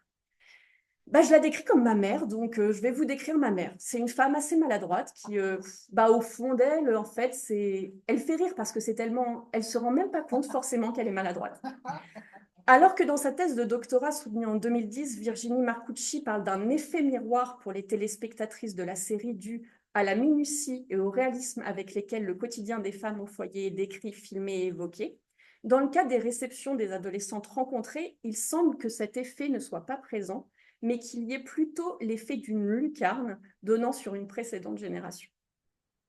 L'écart d'âge entre personnages et adolescentes participe à limiter l'identification, mais il serait réducteur de s'y arrêter, puisque 2 adolescents s'identifient malgré tout au personnage de Brie Van de Kamp et mentionnent les mêmes arguments. J'aime bien sa rigidité, qu'elle soit très propre, très chic sur elle, très distinguée, très élégante. Je dirais que c'est... Enfin, je suis un peu quand même très... Enfin, j'essaye de toujours être bien habillée, que ma chambre soit toujours propre, de bien parler. L'adolescente, quant à elle, explique, c'est quelqu'un qui a besoin de perfection tout le temps parce que c'est ce qu'elle cherche, hein, en montrant que sa famille est parfaite, qu'elle est parfaite et tout. C'est quelqu'un qui, au fil des épisodes, on voit qu'elle abandonne un peu cette image de personne parfaite pour se révéler. Puis c'est quelqu'un qui, elle sera toujours là pour ses amis. Elle ajoute, Brie, c'est quelqu'un à qui je m'identifie surtout. La typologisation très forte des personnages principaux, devenant presque archétypaux dans cette série, devrait permettre une identification différenciée. Or, certaines figures semblent plus fréquemment rejetées et d'autres appréciées selon les valeurs portées. À la maladresse et la naïveté de Suzanne s'opposent la rigueur et l'élégance de Brie. L'une est décrite comme inconstante, quand la seconde est présentée comme loyale et fiable. Lors de la restitution de leur enquête, dans un article de 2014 auprès de 37 individus âgés entre 20 et 25 ans, Éric Massé et Sandrine Rouy relatent que les filles mettent à distance les représentations féminines proposées dans Desperate Housewives et que si elles aiment la série, elles adorent détester les femmes au foyer. En ces temps de multiplication des crises sociales et d'incertitudes, il semble qu'il en soit autrement aujourd'hui et que ce soit la parfaite femme au foyer, je mets ici des guillemets, qui gagne le plus les faveurs de plusieurs des adolescents rencontrés. En conclusion, il ne faudrait pas que la focale portée dans cette communication sur les séries états-uniennes de network des années 2000 fasse oublier qu'elles s'inscrivent dans des visionnages multiples par les adolescents rencontrés et que c'est bien cette multiplicité qui donne sens à la pratique et aux différenciations qui s'y opèrent. D'ailleurs, certains adolescents ont affirmé qu'il n'y avait pas de différence entre regarder des séries des années 2000 ou des séries des années 2020. Les séries de toutes les époques apparaissent alors comme des ressources dans lesquelles piocher à différentes étapes du parcours de vie. Enfin, cette présentation a une autre limite. Elle se concentre sur une cohorte définie scolairement et socialement qui n'est pas représentative de l'ensemble des individus, ni même de l'ensemble des adolescents. Pour comprendre de manière plus fine les réceptions et usages de ces séries, il serait nécessaire de diversifier les âges des enquêtés et de concentrer l'étude sur ces productions audiovisuelles. Il pourrait également être intéressant de comparer ces réceptions au sein de mêmes familles au fil des générations, dont des générations plus jeunes. Merci beaucoup pour votre attention.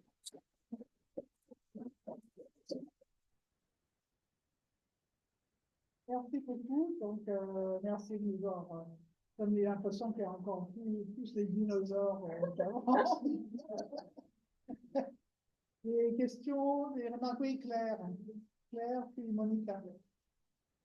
Merci beaucoup pour cette communication. Effectivement, de la même remarque, j'ai l'impression d'avoir fait 60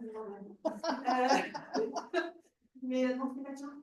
Je me posais une question sur est-ce que tu vas avoir eu plus de questions sur leur usage de TikTok de manière générale, parce que c'est vraiment très intéressant. Et par exemple, je me posais la question par rapport à ce que tu disais sur l'identification à Brie. Ça me faisait penser en fait à toutes les tendances sur TikTok, du clean talk, etc., d'une homogénéisation de l'intérieur, une espèce de mise en idéalisation justement d'une forme de femme au foyer. Et donc je me demandais si ça pouvait, si éventuellement tu avais fait des liens avec d'autres utilisations de TikTok en dehors de voir juste des extraits de séries. Voilà. Alors après, je ne suis pas du tout spécialisée sur les réseaux sociaux, sur l'étude des réseaux sociaux, etc. Donc, c'est forcément une des limites. Mais TikTok revenait pas que pour ces séries-là, mais pour plein d'autres aussi, ce qui a amené notamment beaucoup de visionnages partagés à des moments spécifiques, les séries qu'il fallait avoir vues, etc. Mais après, les réceptions des séries restent, même quand elles sont partagées, différenciées en général. Là, c'est quand même en fait, c'est assez rare de retrouver autant des discours similaires sur des mêmes séries. Alors oui, ça peut être dû à des effets de réseaux sociaux, mais ça, je ne pourrais pas dire parce que je ne suis pas assez spécialisée sur cette question. Mais ça, en tout cas, c'est certain que le fait qu'ils voient les mêmes extraits joue déjà sur pourquoi ils sont rentrés dans la série, par quelle porte d'entrée en fait. Donc ça veut dire déjà que ce qui les a intéressés, c'était ce qui était montré dans cet extrait. Et donc, voilà, il y avait déjà ça qui était partagé forcément. Oui, Monica. Merci, c'est passionnant. Oui, alors moi je vois aussi un lien avec la promotion en ce moment sur toutes sortes de réseaux sociaux par des réseaux conservateurs, de la tradwife, le retour de la tradwife. Je pense qu'il doit y avoir un lien avec ça, mais moi aussi, alors je ne suis même pas sur TikTok, donc je dis ça avec beaucoup de distance. Évidemment que Meredith est vieille, et je peux le dire parce que, voilà, elle a mon âge. Et évidemment que les personnes qui sont le public fidèle depuis le début, c'est évidemment ceux qui ont, si je veux dire, grandi avec Meredith. En revanche, ce qui me pose question, c'est justement la série fait entrer des jeunes promos des étudiants, précisément pour que, comment dire, la jeune génération, a priori, puisse se dire, nous, on est des jeunes, et là, c'est la vieille prof, voilà, proche de la retraite, etc.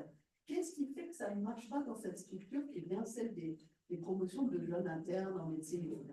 Puisque nous, alors, du point de vue des moi j'aime bien que du 109 un casting, etc. Et c'est la deuxième question aussi, bien sûr, de la diversité des profils, la diversité en termes, évidemment, d'ethnicité slash personnes racisées, en termes de sexualité, etc. C'est évident qu'il y a une bien plus grande diversité affichée dans les jeunes promos actuels de Grace. Est-ce que ces jeunes-là sont finalement, enfin, ce qu'ils sont en train de dire classiquement, c'est qu'il y a, que pour eux, en gros, c'est Meredith que Meredith, comme s'ils ne comprenaient pas la notion d'ensemble de classe, et comme si l'ensemble des histoires n'avait pas de sens pour eux. Est-ce qu'eux-mêmes étaient divers de ce point de vue-là, c'est-à-dire ou est-ce qu'ils étaient plus blancs? C'est une des questions que je pose aussi. Merci. Alors, dans le cadre, je vais commencer par la fin. Là, dans les enquêtés que j'ai mentionnés, ils n'étaient pas tous blancs, mais en grande majorité. Pour Grey's Anatomy, en fait, comme ils sont rentrés au début de la série, c'est surtout qu'il y a un attachement, en fait. Avoir vu une saison par semaine, il y a un attachement très fort au personnage. Et il y a en fait dans la série certains points de rupture qui sont dilués quand on les regarde année après année, mais quand on les regarde de manière rapprochée, ça fait des réels points de rupture avec des nouveaux personnages qui arrivent en bloc à certains moments.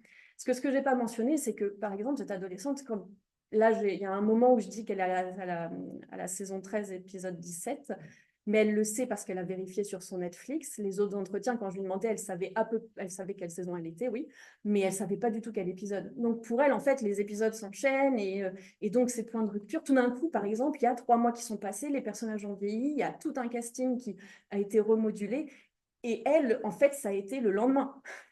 Donc il y a vraiment ça qui joue, c'est-à-dire que c'est des ruptures plus fortes. Enfin, voilà. Et donc, comme ils entrent au début de la série et pas au moment où il y a les nouveaux internes, vous parlez de ça en fait dans les 2-3 dernières saisons où il y a des nouveaux. Donc, ils n'entrent pas en cours de la série parce que, en fait, ce qui est quand même partagé, ça reste effectivement des histoires autour de Meredith. Quand elle dit que, par exemple, elle a vu que Meredith était dans le coma à cause du Covid, eh ben, c'est ce qu'elle a vu sur les réseaux sociaux. Donc, ça veut dire que c'est cet extrait-là qui est partagé. Donc, des extraits autour de Meredith. Elle savait, par exemple, que Derek allait mourir. Et il y a des moments forts comme ça qui sont partagés, mais qui sont des moments avec les anciens personnages. Donc, déjà, les points d'entrée sont des points d'entrée avec les anciens personnages. Ah oui, je spoil. J'espère que vous avez vu les séries que je mentionne parce que c'est gratuit. Une petite question. Est-ce que vous avez remarqué un changement saisonnier dans le visionnage des séries? Je pense par exemple à Gilmore Girls et au trend TikTok automnal de la série qui revient durant les automnes. Je me demandais également, est-ce que vous avez pu interroger du couple pour savoir sur les transmissions peut-être des séries au sein du couple, commencer à regarder les séries ensemble de l'autre, etc. Parce que vous avez constaté une vision genrée, mais par exemple, les étudiants à l'université, un peu plus tard, quand ils se mettent en couple, ils s'installent ensemble, ils vont devoir partager l'écran de visionnage. Donc, je me demandais si vous avez observé des effets comme ça. Et aussi, est-ce que les séries qui sont appréciées via TikTok ne sont pas des séries qui ont beaucoup de rebondissements et beaucoup d'intrigues, il y a beaucoup de changements au fur et à mesure, qui permet quand même aux spectateurs d'être surpris, même s'ils connaissent certainement le retournement de situation à venir, et qui permet également de pouvoir regarder tous les jours afin de suivre les fils rouges de la série. Alors, donc, pour la première question sur les saisons, enfin, sur est-ce que les saisons, ça, c'est pas aussi marqué que ça. Parce qu'en fait, là, je me concentre sur, c'est ce que je disais à la fin, ça cible la focale sur vraiment des séries spécifiques. Mais enfin, il y a des tendances, par exemple, très actuelles aussi. Par exemple, tout d'un coup, quand il y a eu Squid Game, bah, ils avaient tous regardé Squid Game. Par exemple, quand il y a eu Euphoria, pas la première saison, mais la deuxième saison qui a fait parler, bon bah voilà, et plus d'adolescents qui l'avaient regardé.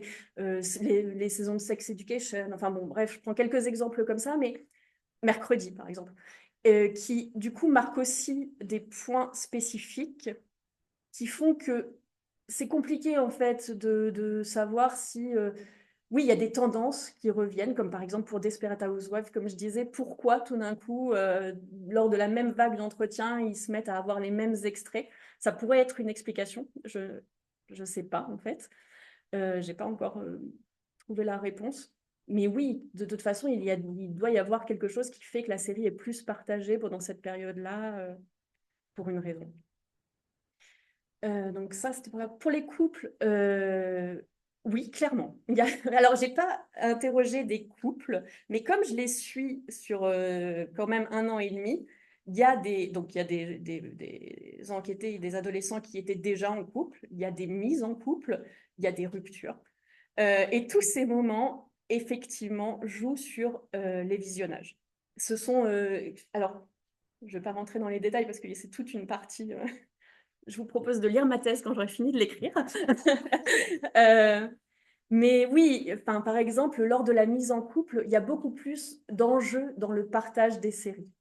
Dans faire comme si on appréciait, ou en tout cas changer un peu ses goûts, les moduler, accepter de regarder des séries qu'on n'aurait pas forcément regardées. Mais la plupart du temps, quand le couple se maintient sur plusieurs... Alors du coup, moi, c'est sur 1 an et demi. Donc déjà, pour eux, se maintenir sur plusieurs mois, voire 1 an, 2 ans, c'est quand même des temps assez longs.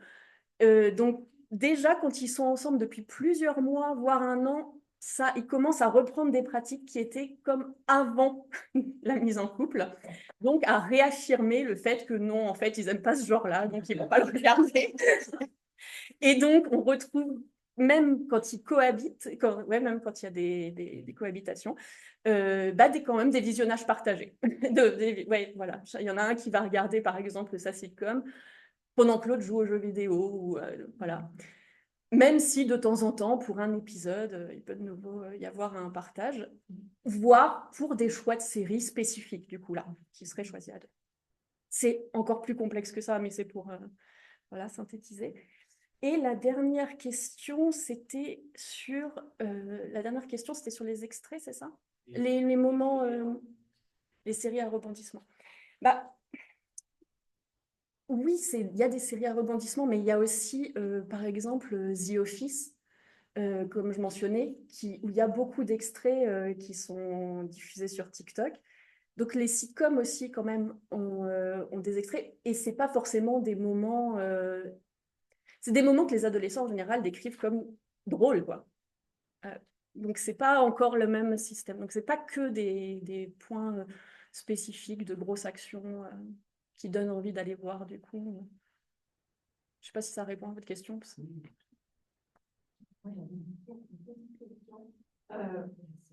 absolument génial. À un moment, vous avez dit que pour eux, regarder une série des années 2000, c'est pareil que regarder une série des 20 ans. À partir de quand vous voyez que ça change? Quelle est la plus vieille série que vous avez citée? Et à partir de quand regarder une série n'est plus comme regarder une série de maintenant? Alors, vraiment, c'est pas tous hein, qui disent que c'est la même chose. Hein. Il y en a quand même, quand on en discute, c'est pour ça qu'ils disent vieille série, etc. Enfin, ils notent. Notamment, il y a quand même, il y a certains adolescents qui marquent quand même aussi le fait de ne pas apprécier les séries actuelles et de préférer regarder ces séries-là parce qu'ils n'aiment pas la façon dont les personnages sont représentés dans les séries actuelles. Ils aiment pas, enfin bon, ils ont toute une argumentation autour. Donc voilà, il y a quand même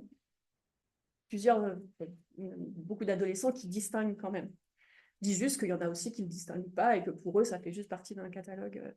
Et la plus vieille série, comme ça, je dirais quand même que Friends est quand même la série qui revient vraiment beaucoup et qui est quand même une série vraiment très vieille. Désolée, j'adopte le même discours. C'est... Est-ce que c'est la plus vieille Je série réfléchis. sur Netflix, par exemple? Il y a sur Netflix, il y en a qui préfèrent. Ça pourrait aussi marquer. Il y a Seinfeld. Il y a Seinfeld aussi. Il y a Seinfeld. Sur Netflix. C'est peut-être un marqueur. Ce qui est sur Netflix et ce qui est plus. Après, ça dépend parce que il y a comme je disais, Desperate Housewives en fait était déjà sur Disney+ avant qu'ils m'en parlent et qu'ils commencent à la regarder. Donc pourquoi ils n'ont pas commencé à regarder quand la série a été mise en ligne en 2021? Pourquoi attendre Donc il faut pas que seulement que la série soit dans le catalogue, mais il faut aussi qu'il y ait une promotion autour. Voilà, il faut aussi qu'il y ait une promotion autour, il faut aussi qu'il y ait eu des partages, il faut aussi qu'il y ait eu des moments, il faut qu'il y ait des trends. Mais du coup, moi, je ne suis pas assez spécialiste des réseaux sociaux pour pouvoir dire comment une trend démarre, d'où. Il y a quand même, hypothétiquement, vraiment les plateformes qui jouent aussi, hein, font des matraquages communicationnels, qui publient des extraits qui sont repartagés en masse, qui jouent quand même beaucoup aussi là-dedans. Mais voilà. Merci beaucoup. Merci beaucoup.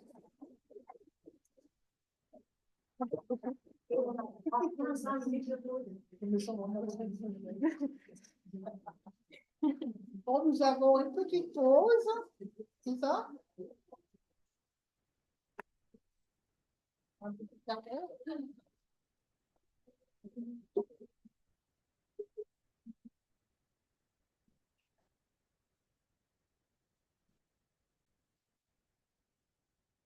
That's so good.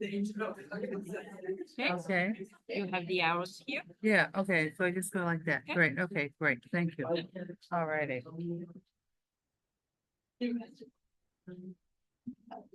David. All right. Take your time, it's okay.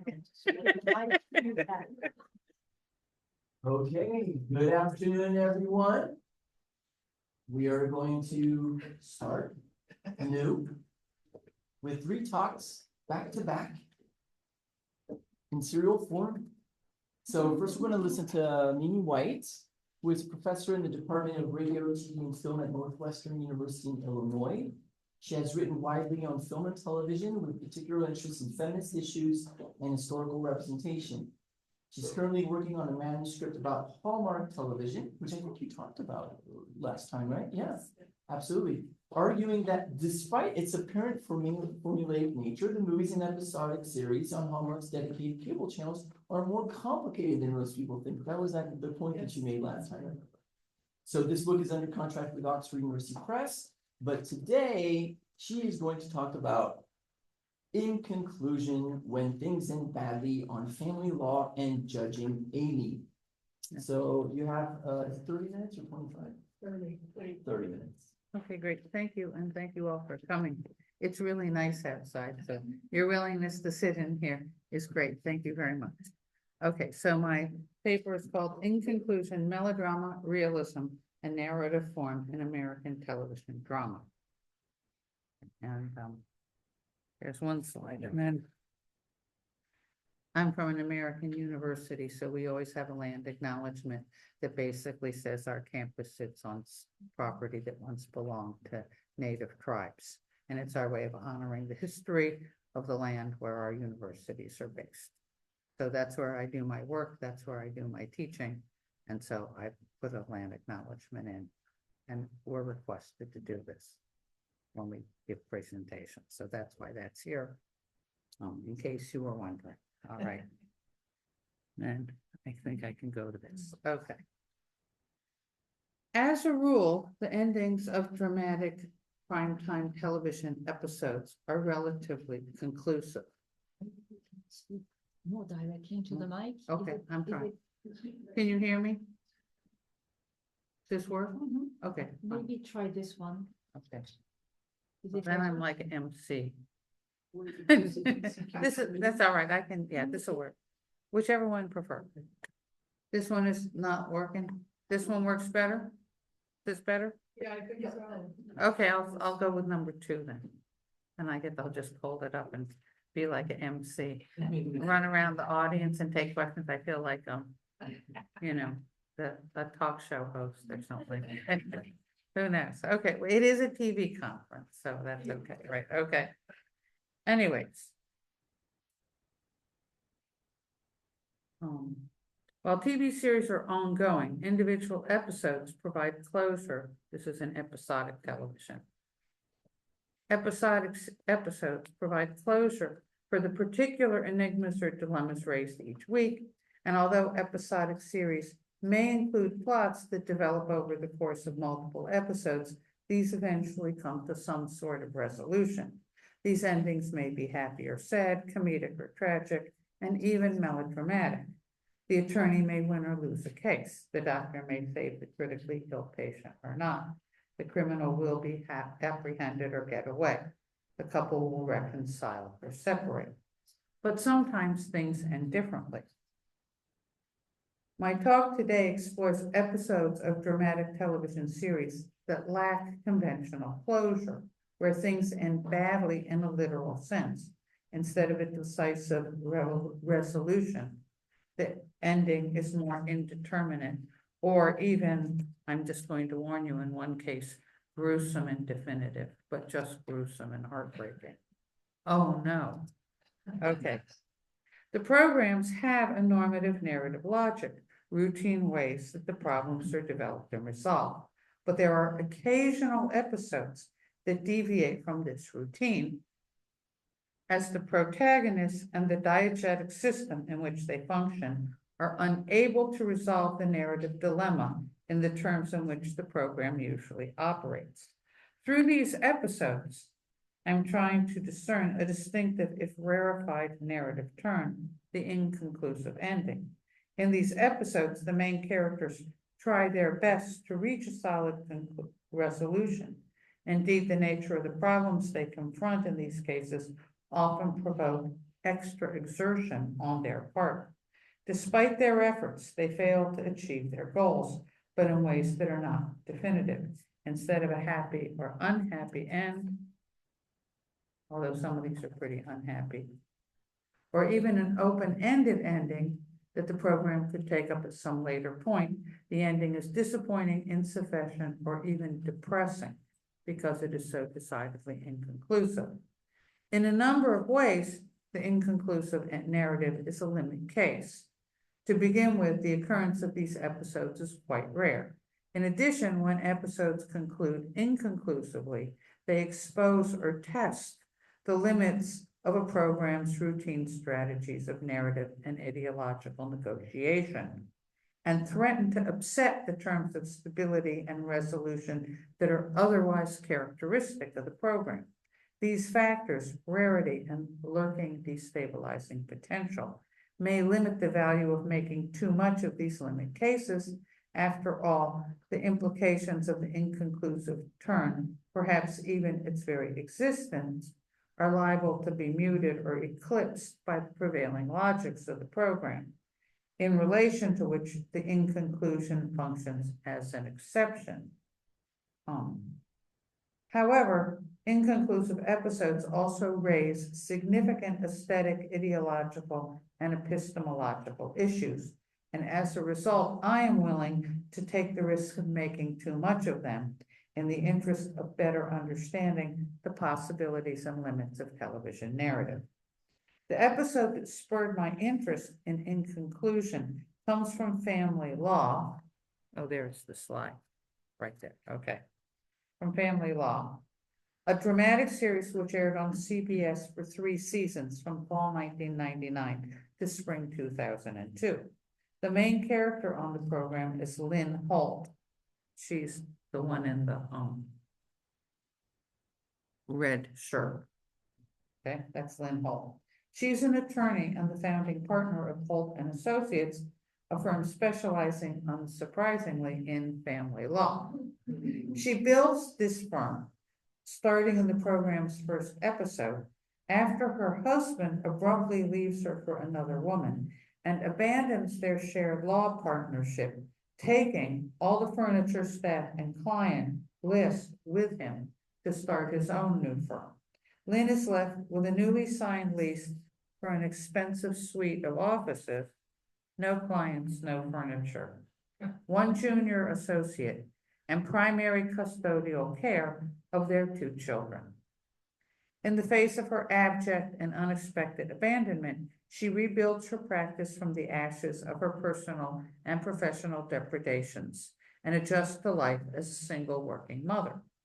With its focus on family law and a protagonist who's a professional woman who refuses to be undone in the face of adversity, the program clearly imbricates personal and professional domains. Indeed, its narrative premise seems to enact the 1970s second-wave feminist slogan that the personal is political.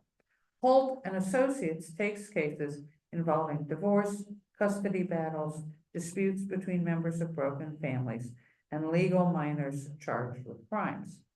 Many episodes include subplots that draw attention to and sometimes echo Lynn Holt's own circumstances. With this emphasis on family situations that are at once professional, personal, and political, the program routinely explores gender and social policy issues. In the episode in question, the one that got me thinking about this idea of Inconclusion, called, quote, One Mistake, Lynn is hired to represent a father in a custody battle. He and his ex-wife have shared custody of their young teenage daughter, but his ex-wife is now suing for sole custody, charging that her husband has sexually abused their daughter. So this is like also a feminist issue. Lynn already knows the family because the daughter in the family that's the case is a longtime classmate of her daughter, Cassie. She takes the case only after the father assures her that the allegations are groundless. After all, he claims these kinds of accusations are often made when one parent seeks to alter custody arrangements, and his ex-wife is overreacting to typical teenage girl behavior. That is to say, when the daughter comes home from her weekends at the father's house, she retreats to her room, won't talk to her mother, and doesn't eat. Okay, but that's just teenage girl behavior, according to the father. He's actually guilty. What? Yes. Oh, and the father, by the way, as a side note, is played by Mark Moses, who you may know from the show Mad Men, where he played Duck Phillips. So there's a connection here between family law and so-called prestige drama, which comes a little later, right? Okay. But as Lynn is preparing the case with her client, he accidentally reveals that he has had sexual relations with his daughter. That's the da. Okay. He lied when he said he didn't. On at least a few occasions. This confession is presented as a slip on his part rather than a forthright admission of guilt. He is fully aware that his disclosure. That there? No, there. This is it. That this disclosure is protected by attorney-client privilege and threatens to have Lynn disbarred if she exposes him. This is a thing in American legal system, that the communications between an attorney and their client are privileged. And so even if the client admits they did what they're accused of, the lawyer can't tell anybody. And being disbarred means she couldn't practice law anymore. Okay, Lynn is quite aghast about this development and advises the man to concede custody to his ex-wife and to seek counseling. But he refuses, expressing regret for what he has done and admitting that he knows it has to stop. Lynn says she will withdraw from the case and recommend another lawyer, but he claims that this will look suspicious, equivalent to declaring his guilt, and virtually the same as her abrogating attorney-client privilege. So she can't do that right now, please. At this point, what's Lynn gonna do? She initiates a double strategy, trying to fulfill her legal obligations to her client while also trying to arrange what she would consider the best possible outcome in the case. And her point of view is the one that the program implicitly, narrationally supports as the best resolution, and is also in line with feminist thinking. She's trying to protect the daughter above all else. Okay, behind the scenes, she has one of her partners negotiate with the district attorney's office to work out a hypothetical plea bargain. If an anonymous client turns himself in for incest child molestation before being formally charged by the state, he'll receive a suspended jail sentence with mandatory therapy and community service, while his ex-wife will be granted sole custody of their daughter. But this is all done without naming names. It's a hypothetical. Simultaneously, as part of the court proceedings, she convinces her client to request an official social service investigation on the wife's allegations, saying that his request will demonstrate he's not afraid of an inquiry, practically the same thing as an assertion of his innocence, even though she knows he's not innocent.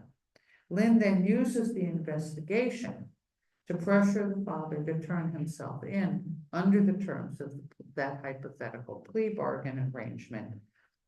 After all, depending on the results of the social service investigation, the consequences could be far more severe. In other words, if the social service investigation exposed that he actually had sexually assaulted the daughter, the consequences could be dire.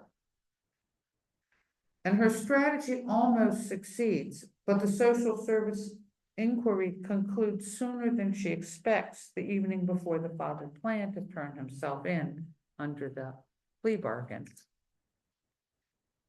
And so the report exonerates him, finding no specific evidence of abuse.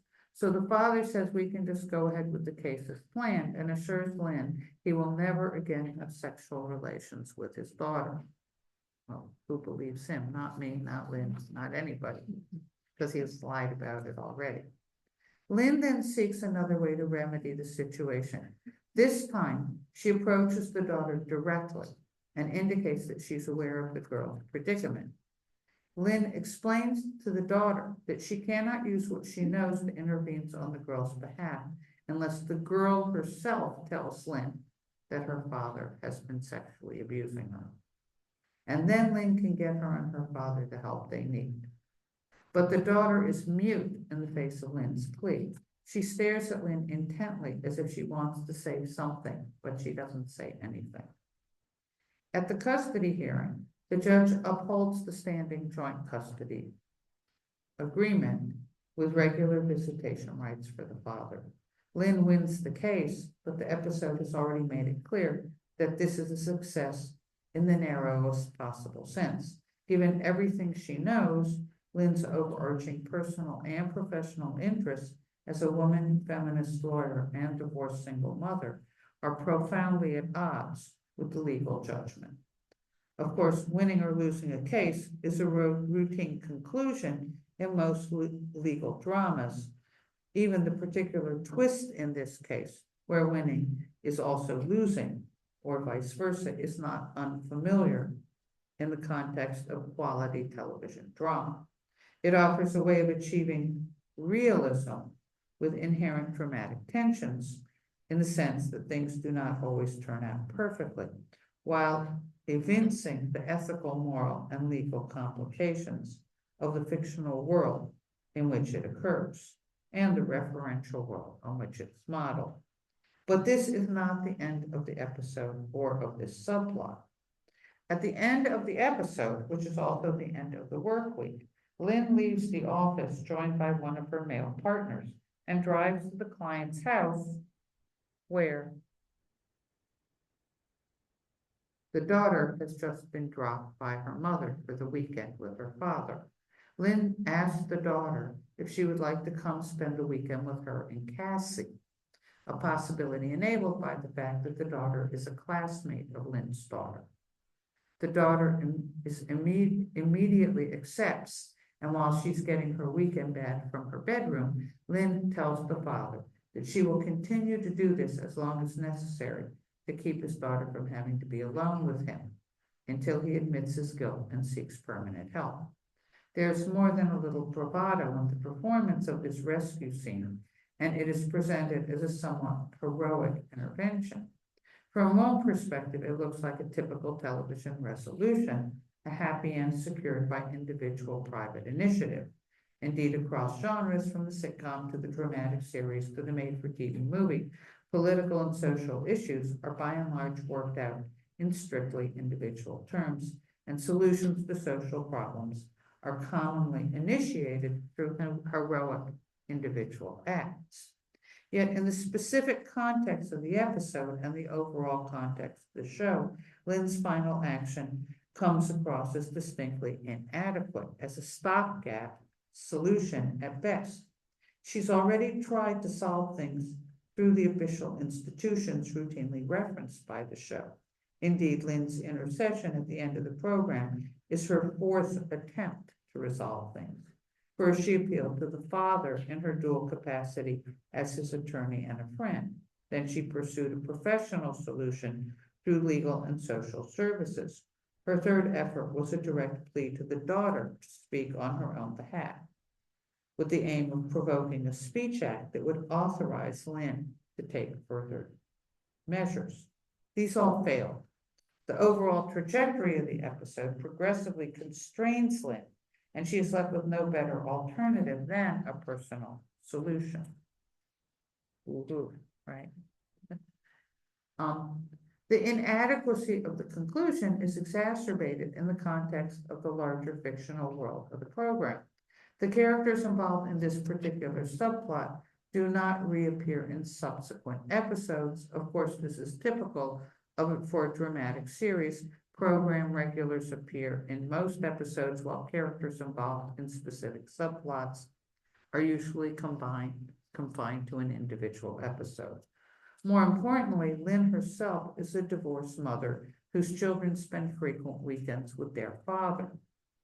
So given these circumstances, which is the prevailing world of the show, it's only dimly conceivable that Lynn's daughter will always be home with her on the same weekends that the client's daughter is with her father, making unlikely the prospect of Lynn being able to rescue the girl every time.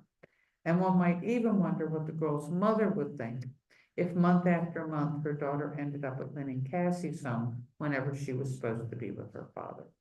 In other words, within the ongoing fiction of family law, it is hard to imagine that Lynn could realistically maintain the commitment she makes at the end of the episode. And to the extent that her action in this episode remains a one-time symbolic act, it is even less satisfying as a solution to the narrative problem. I've gone into detail about this particular subplot because it is not only what happens, but the specific narrative context in which it occurs that is crucial to my analysis. The narrative dilemma is produced through the intersection of realistic and melodramatic modes. The very premise of the subplot draws these together when a social legal problem and professional protocols, attorney-client privilege, combine to prohibit the protagonist from being able to directly express what she knows about her client's guilt. When Lynn compels her client to request a social services investigation, she is trying to shed light on a situation that is otherwise occult, hoping the professional, and I'm using the word occult on purpose, citing Peter Brook's notion of melodrama, as the world of the morally occult. But hoping that an expert in family dynamics will discern the incest that others only suspect. The situation could even be characterized as morally occult, to invoke Peter Brooks's characterization of melodrama. This is, after all, a situation in which evil masquerades as a loving father whose transgression is both invisible except to the victim and unspeakable by the victim. At the same time, the recourse to a social services inquiry is fully in line with the program's everyday realism. As an attorney in a family law practice, Lynn Holt and her associates regularly interact with state social service agencies. Even the failure of the inquiry conforms to conventional realism in quality television drama, with its emphasis on representing the world in complex terms without pat solutions, where messy situations, complex human error, imperfect systems, and undesired outcomes are routine. The program does not even dramatize the investigation, which transpires completely off screen. Instead, the reasons the report fails to expose what viewers know to be the truth remains implicit, left to the viewer's imagination. But there are various contexts that help naturalize or explain this outcome in terms of conventional realism. First, there are a wide range of accounts in news and fiction, print and broadcast, dealing with overworked and or incompetent social service agencies and professionals, relating stories about children who get lost or misplaced within the foster care system, or about children who have been severely abused, even though a caseworker has allegedly regularly monitored the family. On this basis, one might infer that the unseen fictional social worker in this episode, saddled with yet another urgent investigation with a short deadline, was typically distracted, incompetent, or careless, par for the course. At the same time, both popular and professional accounts of incest indicate that it can be hard to detect, since the symptomatic behaviors it causes can resemble more common teenage rebellion or depression. In this regard, one might assume that the social worker did a thorough job, but was honestly unable to corroborate abuse. Both of these contextual fields of reference provide ways of understanding this particular plot development in terms of narrative and cultural realism, but it doesn't make it any more undepressing or conclusive. Indeed, the very existence of these contextual fields of reference is precisely why the program doesn't have to show the investigation in the first place. Yet, however one makes sense of the outcome, the inquiry, anchored by conventional realism, ultimately supports the melodramatic aspects of the episode, exacerbating the narrative dilemma for Lynn and the peril to her client's daughter. Linda Williams accounts for this kind of convergence of realism and melodrama in popular narrative forms in terms of what she calls ever-modernizing melodrama. And this is a quote from the work of Linda Williams on melodrama. If emotional and moral registers are sounded, if a work invites us to feel sympathy for the virtues of beset victims, if the narrative trajectory is ultimately concerned with the retrieval and staging of virtue through adversity and suffering, then the operative mode is melodrama, the kind of novelistic, theatrical, or cinematic realism that introduces the look and feel of real city streets, contemporary social problems, or more complex psychological motives, is perfectly compatible with what needs to be regarded as an ever-modernizing melodrama, unquote. Lynn and the daughter are positioned as victims of the father. For both of them, incest is literally an unspeakable crime. Their silence is itself a salient point of contact between realist and melodramatic modes, producing the inconclusive narrative while evoking, or perhaps making overly literal, Peter Brooks's characterization of melodrama as the text of muteness. Lynn's inability to speak is based in realism. in the program's invocation of actual, if highly selective principles of American legal practice as attorney-client privilege becomes the crux of Lynn's expressive dilemma. Lynn is caught between professional protocols and her personal, maternal, and feminist sense of justice. The daughter's speechlessness is more explicitly staged in terms of melodramatic convention. Lynn's appeal to her to speak on her own behalf elicits only the mute countenance of a classic melodramatic victim. She gives her this look, which is just full of helplessness. It's a really soul-crushing moment in the episode. Yet her silence is also supported by referential knowledge, specifically about victims of incest who may experience uneasy combinations of guilt, love, shame, desire, betrayal, complicity, and fear that makes it almost impossible to speak. And I realize that I combine here both psychological and psychoanalytic perspectives on incest, including positions that are at odds with one another in many other contexts. Both women's silence is thus overdetermined, grounded in realist modes of explanation, but yielding the muteness of melodrama. At the same time, the father's confession is produced melodramatically as a slip of the tongue. He doesn't have to say much to end up saying too much, yet his slip is a patent dramatic artifice, generating the central conflict for the program protagonist through a symptomatic outburst as if he cannot contain his own guilt. The episode presents a story in which, quote, emotional and moral registers are sounded, inviting us to, quote, feel sympathy for the virtues of beset victims with a staging of virtue through adversity and suffering.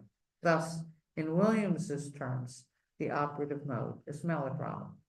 The emotional and moral registers are sounded through the realism of a situation that is at once a social, legal, and moral problem, as well as a familial disorder. The magnitude of the problem is all the more acute from Lynn's narrational perspective, because the father is both a client and a family friend. The daughter is both a victim and Cassie's classmate. Lynn's antipathy for the client and his crime, along with her investment in seeking redress, is overdetermined because it is simultaneously professional, political, and personal. This overdetermination may be a significant factor, not only in sounding emotional and moral registers, but in yielding the inconclusive ending. The episode I have detailed thus far stands out as an inconclusive, especially in contrast to a later episode in the series that also has to do with incest, called Irreparable Harm. But this resolves indecisive, melodramatic, even tragic terms. And this is the one that's really kind of grotesque in how it ends. In this episode, one of Lynn's legal partners is handling a pro bono case. That means he's not charging any money to the client. And it's a case for a welfare mother who's in a panic because her husband, who's been in jail for molesting their two daughters, is about to get out of jail and is seeking visitation rights with the, so he can have the daughters for weekends. Joe reassures her that no judge will grant the father's petition under the circumstances, but he's overloaded. He has too many cases. So he asks a friend of his at a fancy, expensive law firm if he'll handle the case. And the friend says yes. But the fancy law firm, this is where both the justice's blindness when it comes to women and class issues, because the woman's poor. The fancy law firm completely bungles the case. The clerk who fills out the paperwork in the box where you put the code for what the father was in prison for, puts a code for robbery instead of child molestation. So the lawyer, Joe Solano, was downtown one day near the court, and he notices all sorts of people standing, in the courtyard, in the court building in front of it, and all these emergency vehicles there. And he looks up, it's a giant skyscraper, and he looks up at the building, and the welfare mom is standing there, high up on the building.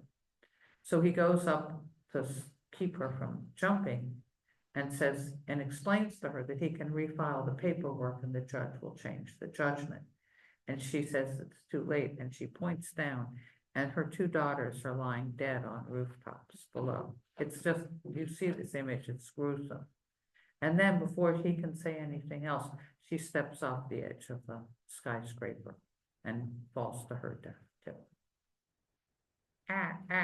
Okay, yes, it's kind of grotesque that happens. You know, it's like more than you can bear. Anyways, so that's what happens in this episode, and you know, this subsequent episode. And what interests me about all of these is that, like, they're all about how justice fails women, and justice especially fails poor women. And I think it's kind of sad, but I think it's interesting that the show takes that on. You know, I think they're kind of brave stories in some way, even though they're depressing. And like, let me tell you, looking down at the bodies of two dead little girls, 6 and 8 year old, who were either, you know, shoved or told to step off the roof by their mother, is kind of hard to take. Okay, so I'm gonna just stop here. Okay, thank you.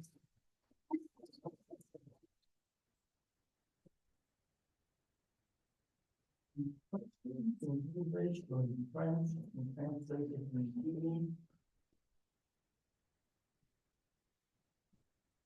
Thank you very much.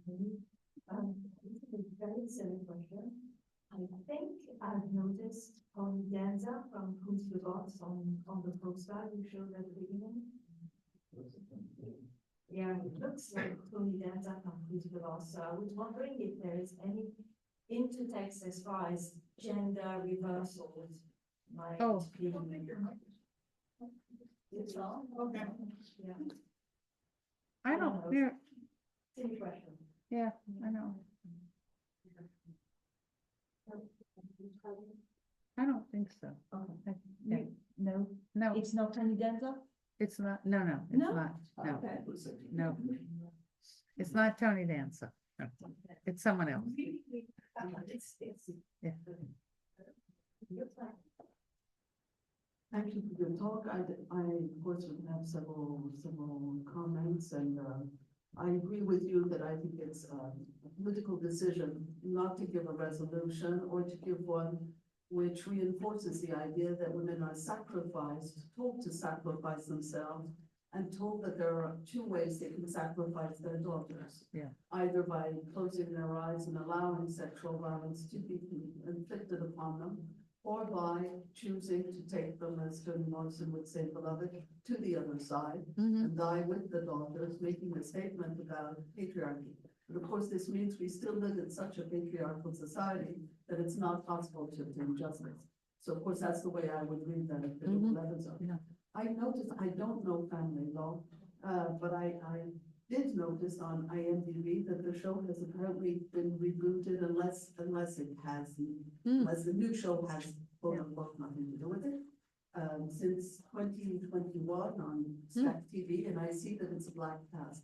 And so I was thinking here too, is this if it is in the, if not in the continuity, at least, and let's say the child and spirit of the earlier show, if they have a quote unquote similar plot at one point, perhaps in a more, post Me Too, and despite the fact that the vast majority, particularly of girls and young women and boys, are young children in general, are taught to think that sexual violence will be by someone completely unknown, when that's not the truth. The vast majority of cases, it's either someone you know very well or someone that you know at least by sight. The question, I'd like to see if that plot changes, if that is, if in 2023 or 24, it's apparently still ongoing, such plot lines are regenerated, but this time with different outcomes in a sort of wake-up call, or if, as you said, the codes of realism combined with those of melodrama, maybe to say it's still unfinished business. And that's why you will still get a very haunting ending until things truly change. No, thank you. I think that that's completely true. I didn't know they were rebooting Family Law, so that's interesting also. I just, for time reason, I chopped Judging Amy. But the Judging Amy one was another incest story. And Judging Amy was a show that was executive produced by Amy Brenneman, who was also the star. But it was loosely based on her mother's life. Her mother was one of the first women who went to Harvard Law School and then became a lawyer and a judge eventually. And the premise of Judging Amy, it sort of begins, Amy's a lawyer, the main character, Amy Gray, is married and has a daughter and is a lawyer in New York City. And then she discovers her husband's having an affair. So she divorces him and goes home to Hartford, Connecticut, and moves in with her mother, who was played by Tyne Daly from Cagney and Lacey. And her mother's a social worker. And then Amy gets a job as a judge in family court. So their work starts to intersect more. But there's one subplot where Maxine Gray, her mother, played by Tyne Daly, there's a young, like 11-year-old girl who's been in foster care because her stepfather was sexually abusing her, but he's now been through the court-mandated course of therapy and is supposed to be cured. So Maxine Gray, the mother, brings her home, and the girl's very glad to be home because she could be with her mother, who she's been away from when she's been with a foster family. And then Maxine, says, "Are you okay with all this?" And the girl says, "Yes, yes, yes." And then about 5 nights later, in the middle of the night, the phone rings at Maxine Gray's home, and she has to go because the police are taking the young girl out of her house, because it turns out part of why she was okay going home is she got her hands on a handgun. And when her stepfather did come into her bedroom again in the middle of the night, she shot him dead. So again, it's a kind of like horrific, tragic ending, but kind of curious. And I thought that was interesting too. But given the time frame of the conference and the request for a 30-minute paper, I just cut that part from the paper. But so all of these things are a little bit head explode. But I think that they're really interesting and under discussed when it comes to thinking about feminism and television and women and stuff like that. And these are shows that are produced by women. So I like that about it too. Does that make sense? Yeah. Okay. Thank you. Are there any other questions? No. So we should move to thank you again. Thank you.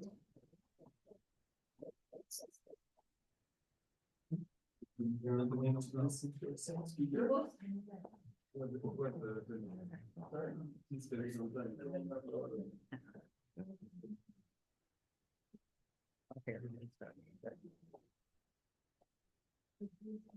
Are you speaking in French or English?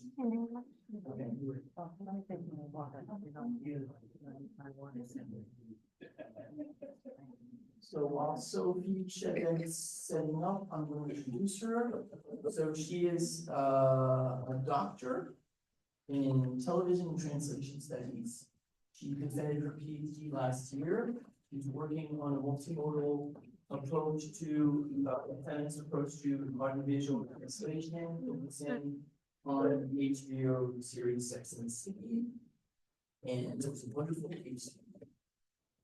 And she basically works on feminism, gender, and translation in television series. She is also co-editing a book right now with Le Havre from Aix-Marseille entitled Feminism in Television Drama, Theory and Practice in British and American Television Series since the 1990s.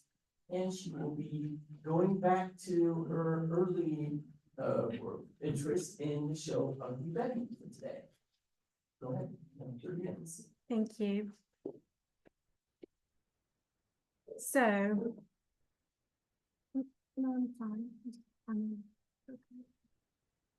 So, Années is an American comedy drama TV series created by Sylvia Horta and which was broadcast between 2006 and 2010 on ABC and in France on TF1 in 2007. The show revolves around Betty Suarez's character, who, despite her alleged lack of beauty and style, lands a job at a prestigious fashion magazine.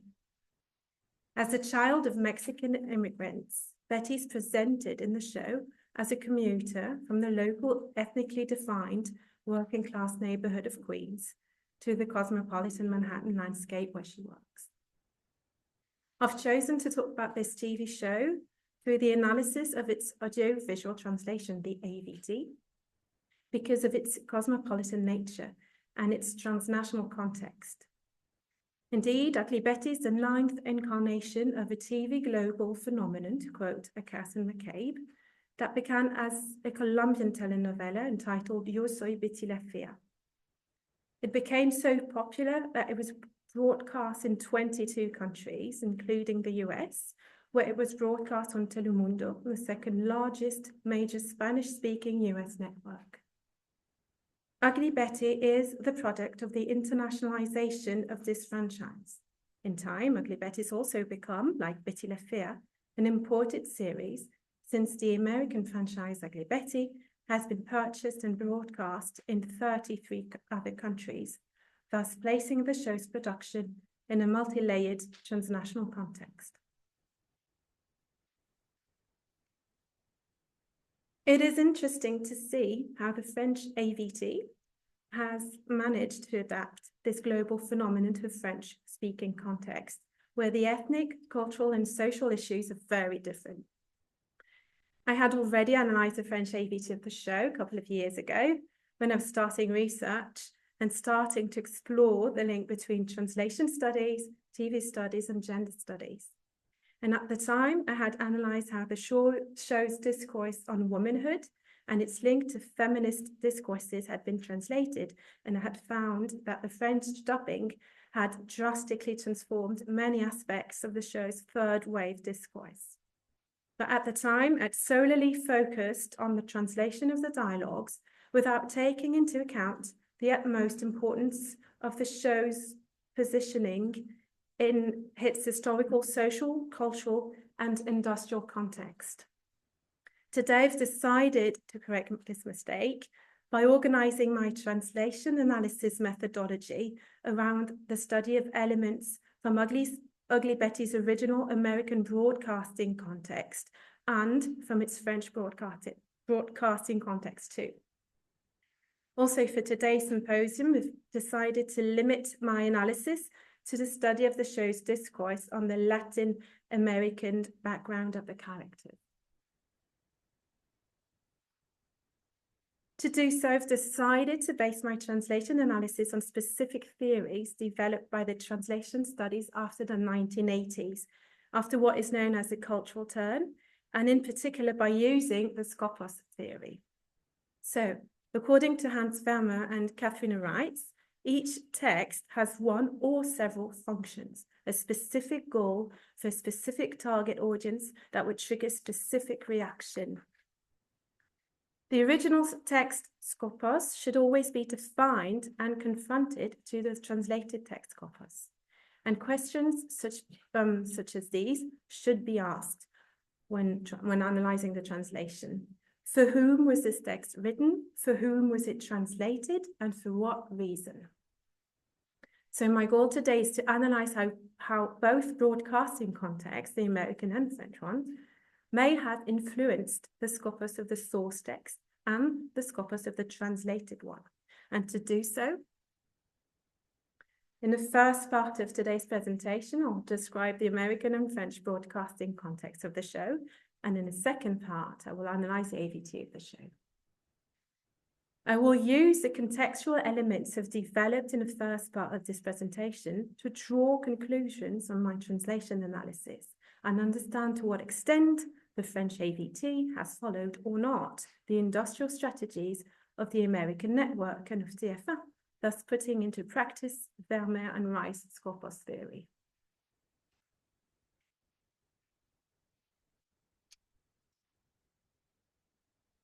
In her book, Redesigning Women, Amanda Lotz examines the impact of the big industrial reorganization of the US television landscape an industrial transition that occurred between roughly 1985 and 2005, according to her, and which encouraged the segmentation of the US audiovisual market by the development of a multi-channel television system. This readjustment of the US television industry has, I quote, lots, radically altered the targeting of female audience.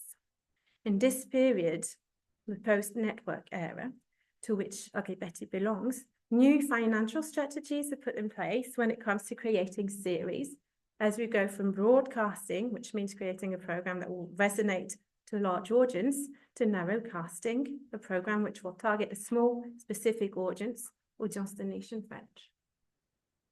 According to Lott, the creation of small communities of spectators in a TV show has become a real financial strategy. Although, I quote, ultimately, the rise of niche cable network shows did not overthrow all conventions because broadcast networks remain the outlet with the broadest reach. So this, end of quote, this quest of narrow casting is one of the reasons, according to Lotz, that could explain the important increase of women's programs during that period, while at the same time, without putting into question completely the broadcasting strategies from the big networks. And Ugly Betty seems to correspond to both narrow and broadcasting strategies from this post-network era.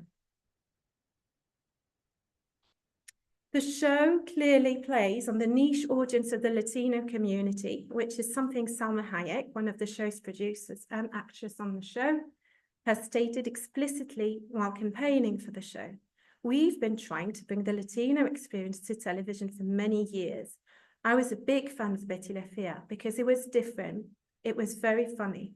So we thought that this would be the perfect bridge where we could bring something that all the Latin community would feel is theirs into American culture.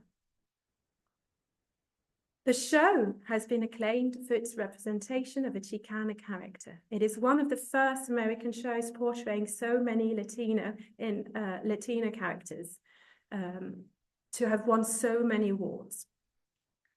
On top of that institutional recognition, the show has been praised by the media for its impact on gender and ethnic issues.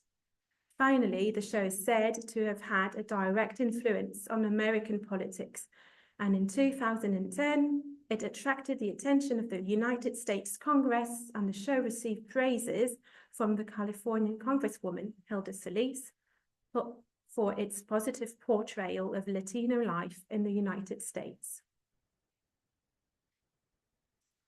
Ugly Betty was first broadcast on ABC on Thursdays in an evening program called Thank God It's Thursday, in which the network broadcast shows centered on non-white characters. Thank God It's Thursday broadcast Shonda Rhimes shows such as How to Get Away with Murder, Scandal, and Grey's Anatomy. By being part of this program, it is clear that Ugly Betty was part of the network strategy to target a specific ethnic audience. However, the show's portrayal of race and ethnicity is, according to some TV scholars such as Jennifer Esposito, sometimes ambiguous. First of all, the comedy genre introduces an ambiguous political stance through its comic distanciation. I quote, "While the show does try to satirize stereotypes on race, gender, class, and sexuality, it nonetheless contributes to the reinscription of some stereotypes.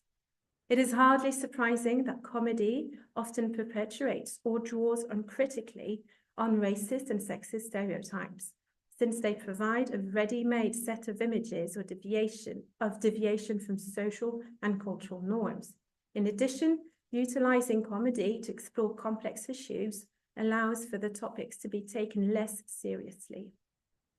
According to Esposito, the show never really takes a radical position on subversive matters such as abortion, class struggles, single motherhood, immigration, violence, or racism. The main character's ethnicity is nonetheless represented in the show as a source of oppression with its intersectional discourses that very often associate Betty's Latina identity with her class. However, this intersectional discourse is counterbalanced by what Esposito describes as the show's discourse on meritocracy. I quote, "As the lovable heroine, Betty always finds a way to get the job done without even claiming she was discriminated against or without any recognition that hierarchies exist in the fashion industry. I argue that this construction was born out of this nation's discourses on race, which are contradictory, and the general belief in meritocracy is that anyone can succeed if he or she tries hard enough. This ideology neglects to account for institutionalized oppression like racism and gender." Thus, in every episode, although Betty's Latina identity and her financial difficulties are laughed at and represents the main source of the comedy of the show, the episodes always conclude with her saving the day through hard work and dedication.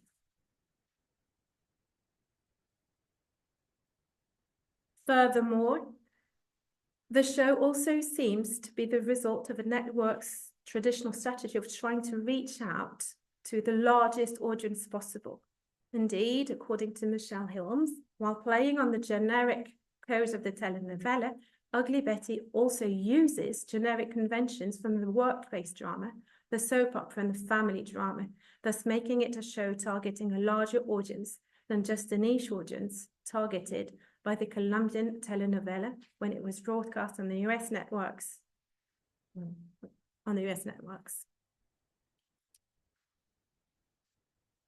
In France, Ugly Betty was broadcast on TF1, and the AVT, so the audiovisual translation for the show, was done by the dubbing company, the Dubbing Brothers, and it was made for TF1. So TF1 decided to broadcast the US show at the same time as the German adaptation of the same Betty la Fée franchise, the soap Verliebt in Berlin, which is in French, Le Destin de Lisa. However, it is interesting to see that while the German show was, from the start on, considered as daytime soap, it was programmed in the afternoons, Ugly Betty was broadcast on prime time slots.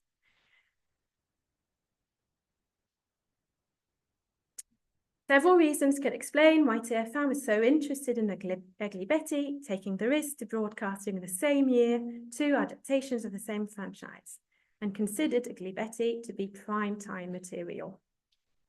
At the time, TF1 was facing economic problems due to a drastic fall in its ratings, and TF1 was struggling to keep up with the competition from its M6, for example. The main strategy of TF1 at the time was to encourage the broadcasting of successful American shows, which was a cheaper strategy. TF1's interest in Ugly Betty probably comes from several elements. Ugly Betty was a big international success, as I've just described, not only in the US, but all over the world. And it had this international labor, this cosmopolitan flavor, which probably meant that it would easily attract the French audience too. Furthermore, its mélange of genre could also have been considered as appealing from the French network. The comedy genre, as well as the workplace and family drama conventions on which the show played, would have seemed to be the perfect fit for TF1's target audience and families. Finally, the fact that M6 broadcast a very successful show, Desperate Housewives, should also be considered as one of the reasons leading to TF1 to broadcast Ugly Betty as a primetime show, which, just like Desperate Housewives, who was broadcast on ABC2 in the US, was a female-centered show that dealt with social, cultural, and gender issues with a Latina main character, just like Gabrielle Solis in Desperate Housewives.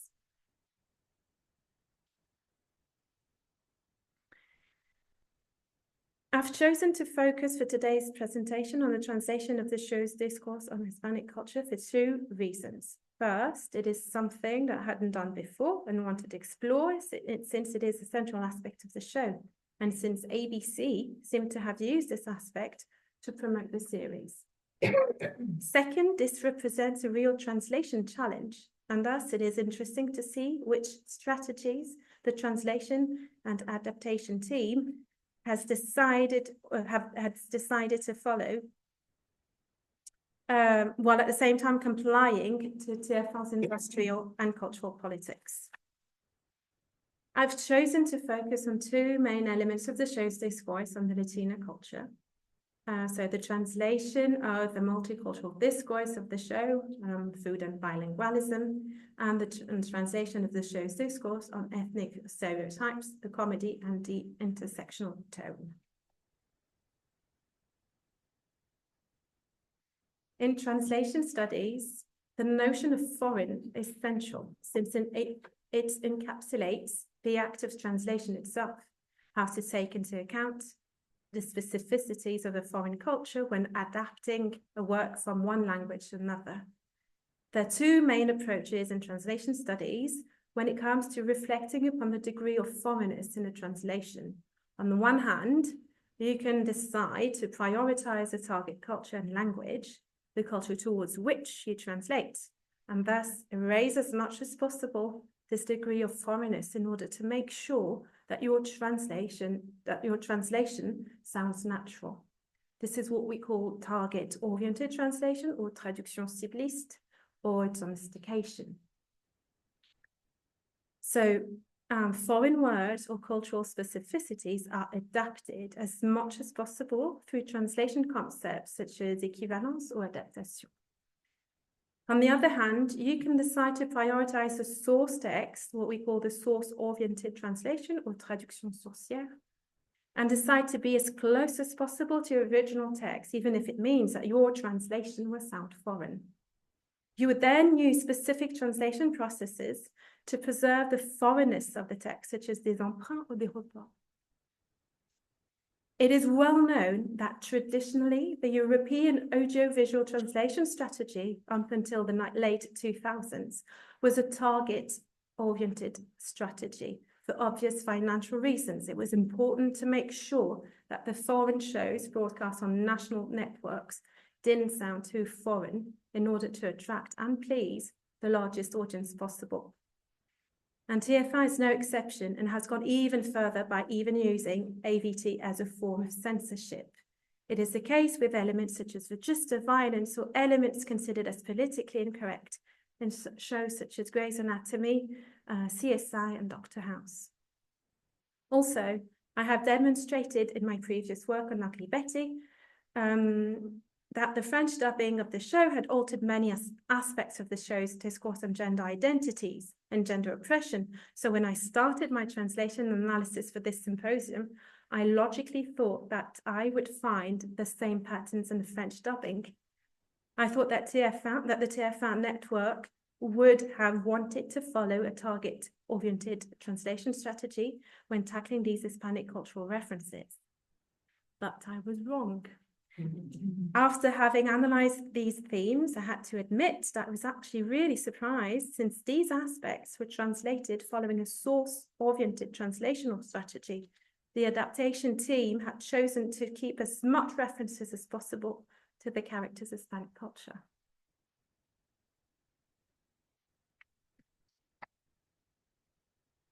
An element that has been thoroughly taken into account in the translation process and that illustrates its will on behalf of the translation team to preserve and even put forward the multicultural dimension of the show is the way the references to food have all been kept, and I mean every single reference in the whole season.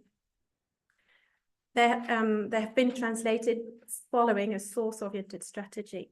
This is something I didn't expect to find because this localizes the show in a specific US cultural and ethnic context, the Mexican culture, which in a French context would sound all the more foreign.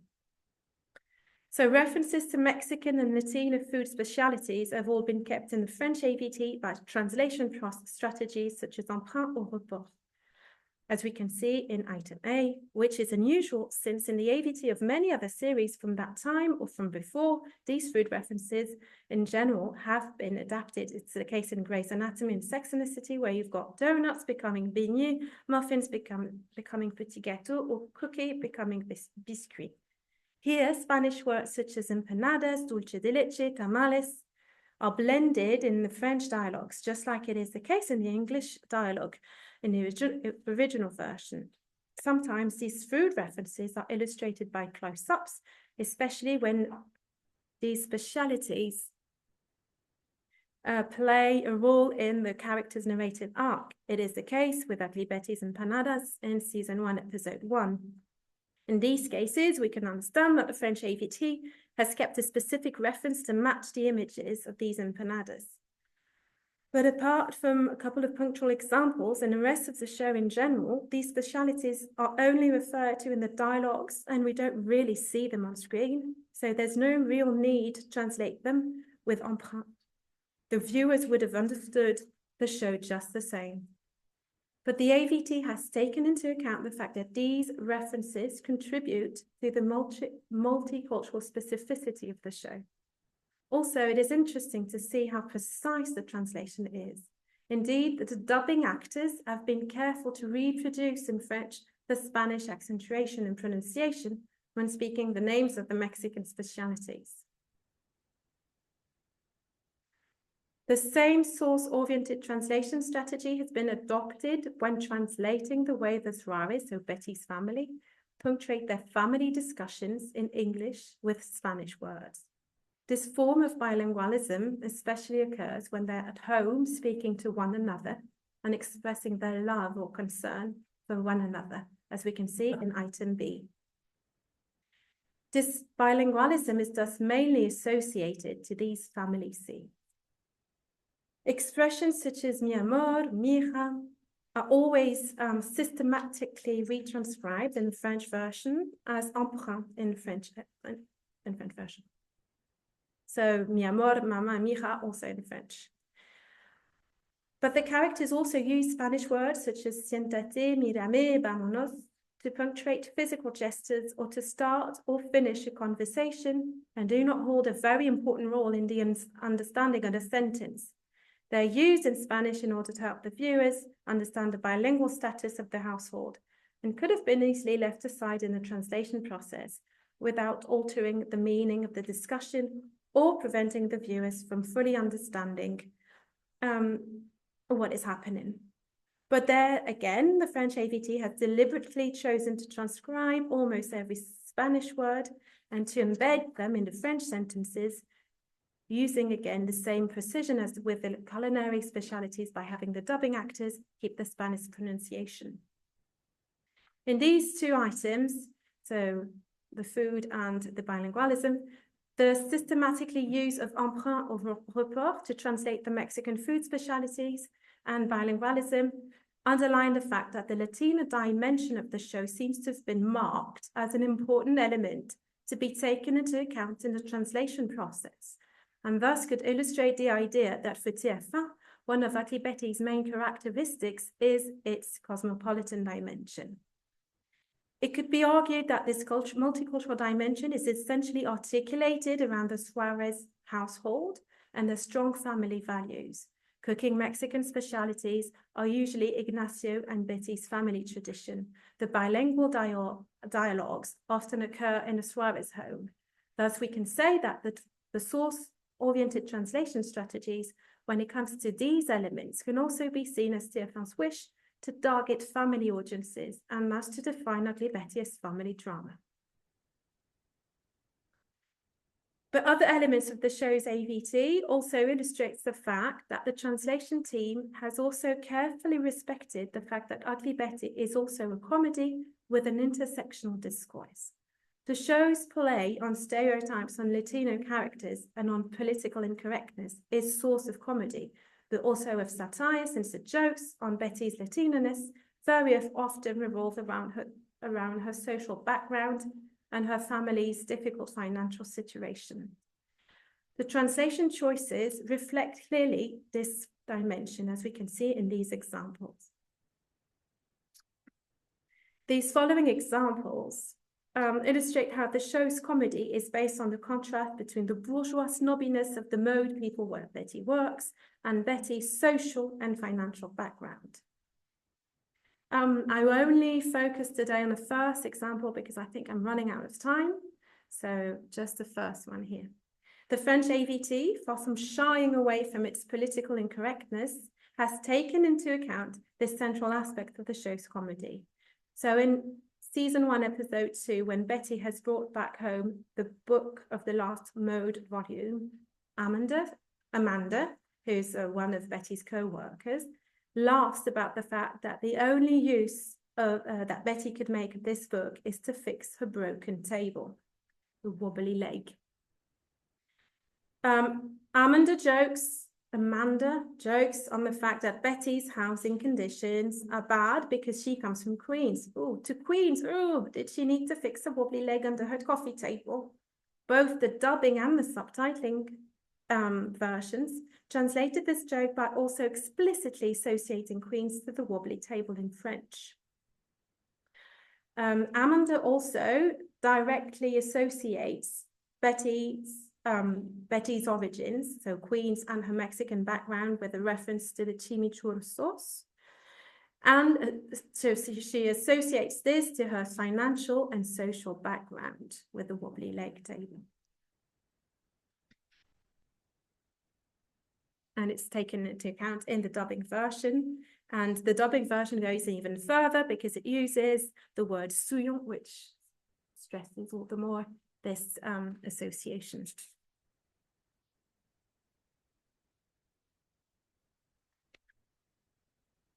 In item D, Justin, so Betty's nephew, is reporting to Betty what his mum, Hilda, who's Betty's sister, has said on Betty's career plan. According to Hilda, Betty's too naive to believe that because she works hard, she will be able to move up and have an important career.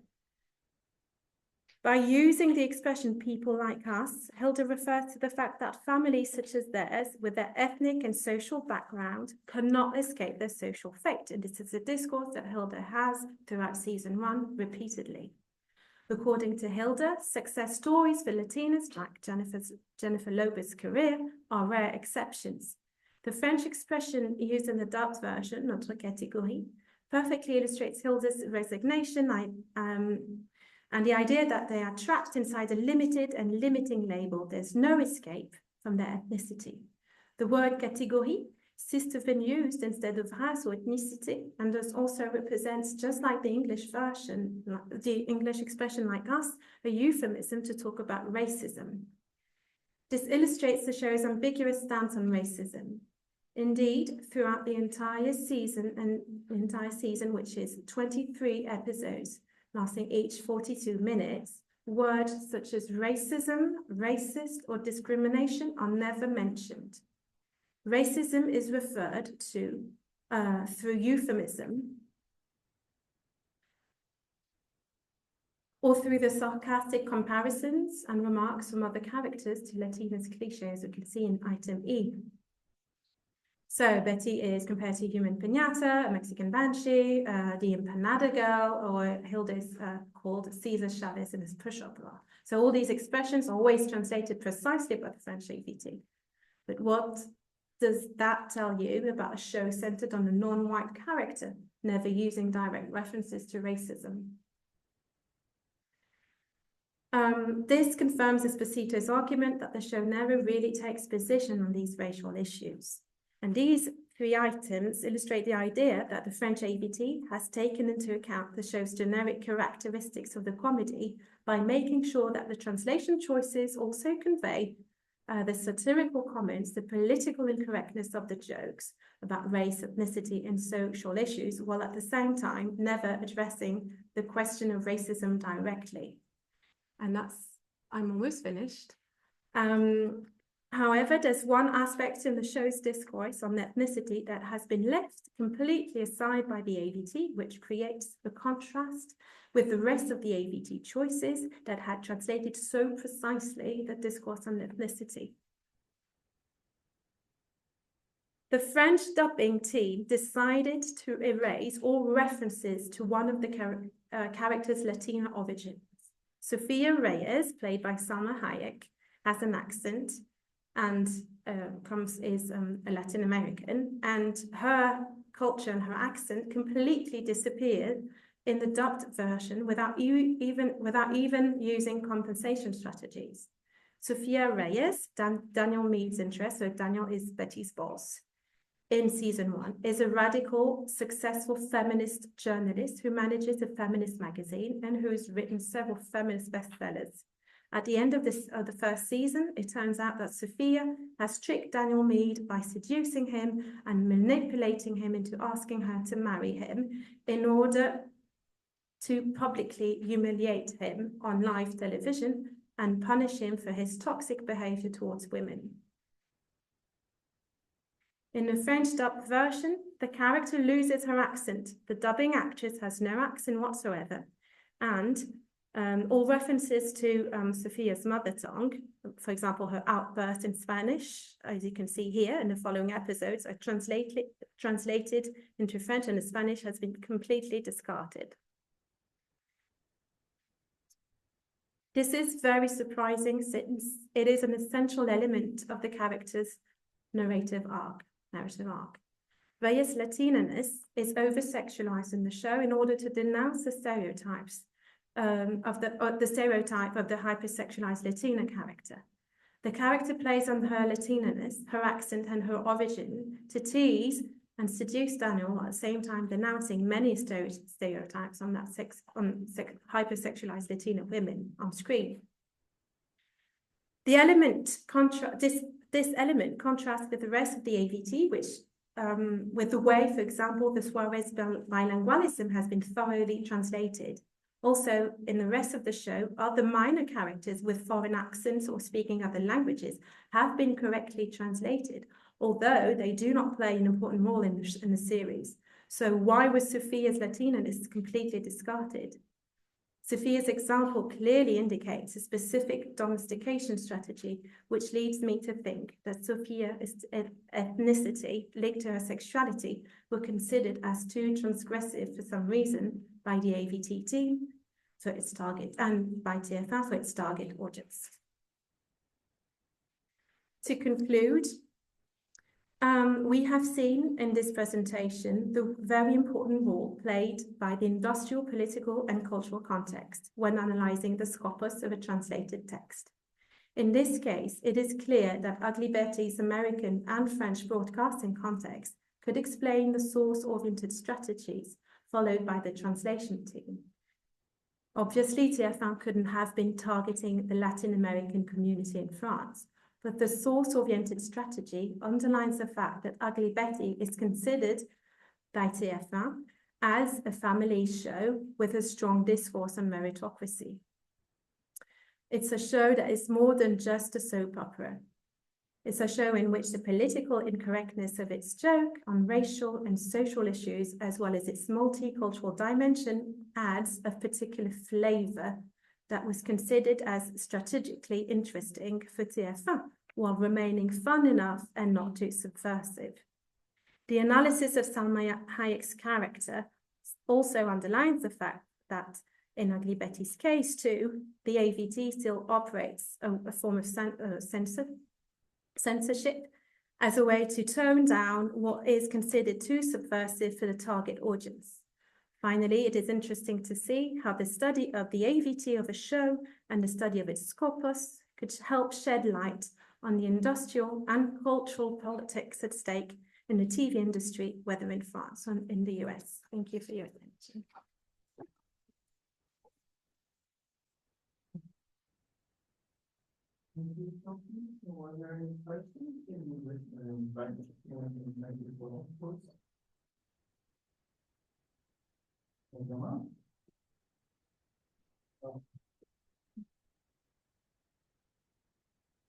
Merci. Juste sur le titre de la série pour TF1. TF1 a gardé Ugly Betty, n'a pas gardé le titre original, il n'a pas traduit en français. Est-ce que tu as dit pourquoi finalement ce passage intermédiaire par la version anglaise du titre? Alors en fait, Ugly Betty, c'est le titre américain. Ugly Betty, c'est la série américaine. La série américaine, elle a été en fait adaptée d'une telenovela qui est colombienne, qui s'appelle Yo Soy Betty la Fea. Mais la version américaine, donc c'est une autre création, c'est pas juste la diffusion aux États-Unis de la telenovela colombienne, elle a été intitulée Ugly Betty. Et en France, ils ont gardé le titre. Je crois qu'au Québec, bien sûr, ça a été traduit, mais je ne me rappelle plus. Mais ils ont choisi de garder le titre avec Ugly Betty, ils auraient pu, je sais pas, traduire par Betty la moche, mais peut-être que c'était un peu... Peut-être qu'ils avaient envie de garder à la fois la référence à la série américaine, ou qu'ils jugeaient que le titre était un peu... Le traduire littéralement, c'était peut-être un peu trop subversif, mais de manière générale, les films... La traduction des films, des titres de films, c'est pas les traducteurs qui décident. Ce sont les personnes qui décident d'importer le film ou de distribuer le film. Donc, c'est des choses un peu comme les titres de livres, j'imagine. Le titre, c'est pas les traducteurs qui décident. Et puis là, dans ce que tu as montré, il y a des termes espagnols qui sont repris, on sent qu'il y a une sorte d'exotisme qui les intéresse. Et en même temps, de dire la moche, je pense que c'est quelque chose qui ne passait pas. J'ai l'impression qu'il y a un double standard. Ça fait longtemps quand même que les titres, on regarde les titres originaux, dans les années 40, 50. Non, bien sûr. C'est un titre contribué par n'importe quoi d'ailleurs, un peu d'autres à la loi. Donc, c'est origine de John Ford, hein, je sais pas, moi, j'ai regardé un rapide du titre français parce que ça a l'air de choucroute. Mais là, ce que je trouve paradoxal, c'est que je reprends des termes espagnols, tout en sous-titrage du doublage, et tout en passant par un titre anglophone. Je trouve qu'il y a quelque chose d'étrange. C'est pas la même orientation dans les deux cas. La série, elle est ambiguë. Là, j'ai pas mentionné les extraits, les analyses que j'ai faites sur le discours de la série sur les identités de genre, mais il y a beaucoup de choses qui vont pas dans la traduction. Et on voit aussi avec la traduction du personnage de Salma Hayek, où tout d'un coup, le côté latina, les outposts, en espagnol, c'est mis de côté, il n'y a plus d'accent, alors qu'avant, pour les scènes de dialogue avec les soirées, on travaille vraiment sur la prononciation en espagnol de certains termes, etc. Et donc, on voit qu'il y a une ambiguïté qui est intéressante à analyser. Et on la voit, cette ambiguïté, en ayant analysé la traduction, on se rend compte que, en fait, ils mettent un curseur quelque part. En fait, donc, l'équipe de traduction, mais en fait... au bout c'est TF1, ils mettent le curseur quelque part et décident que, et c'est eux qui décident ce qui passe ou ce qui passe pas, selon leur stratégie. Moi, à mon avis, c'était ce que j'essaie de montrer, c'était que il y a des choses qui sont considérées comme bien et qui vont renforcer les stratégies de TF1 et des choses qui sont un peu trop... Bon, là, c'est un peu complexe. Le personnage de Sophia Reyes, à mon avis, c'est lié à sa sexualité parce qu'il y a énormément de choses dans la VF, dans le doublage de Sex and the City qui est en rapport avec la sexualité qui a été mis de côté. Est-ce que ça ne convient pas tout à fait à l'image qui s'était donnée de Ugly Betty ou qui veulent un peu peaufiner, arrondir les angles? Monica, ensuite il y aura Lionel, il me semble. Ensuite, Alors, moi, comme je n'ai pas du tout regardé la bougie, je voudrais juste quelque chose faire. Par exemple, dans la version allemande, c'est quand même quelqu'un qui est censé être latina.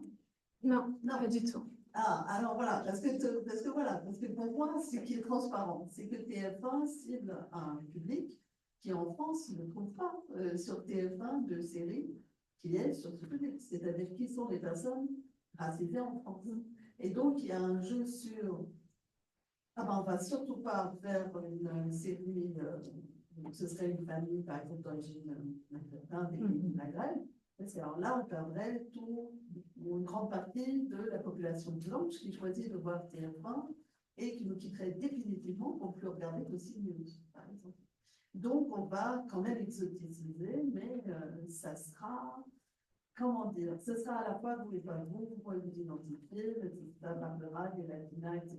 Donc, en fait, les peu importe le titre, ça peut être ugly, ça peut être en italien, en fait, pour moi, cette phase, c'est de l'instabilité de où ça se passe, etc. On voit plutôt l'impossibilité en France, sur TF1, d'avoir, voilà, de faire une adaptation ou un remake, comme je suppose que les Allemands l'ont fait. Et alors, Betty et Dieu, non, je ne sais pas, je pense pas du tout. Ah bah voilà, allez, vas-y, alors je pense en fait, Verliebt in Berlin, c'est le destin de Lisa, c'est une adaptation, c'est pas une adaptation de Ugly Betty, c'est une adaptation de Betty la Fea. Et Betty la Fea, la notion d'ethnicité, d'origine, en fait, des origines, c'est pas inclus. Et donc, c'est pas la même adaptation, en fait. Le destin de Lisa, c'est l'adaptation de la version colombienne où ces questions d'ethnicité et de racisme ne sont pas adressées. Alors que, du coup, dans Ugly Betty, c'est un peu, ça se démarque un peu. Mais si je me souviens bien, dans le dessin bizarre, c'était la classe sociale. Oui, je pense. C'est la grande différence. Donc, voilà, c'était en fait ma question. Est-ce que les enjeux d'ethnicité se retrouvent dans pratiquement toutes les adaptations ou dans seulement Vivati? Je sais pas, parce que j'ai un peu regardé, j'ai regardé un peu le dessin animé quand ça passait sur TF1 et il y a cette notion de classe. Il y a un peu comme dans Glibati, on a cette sphère familiale très chaleureuse avec un décor qui est très spécifique et qui est quand même très working class et le côté mode. Et je sais pas, j'ai pas vu la version originale et j'ai pas vu les autres versions. Ce qui serait intéressant de comparer, oui, absolument.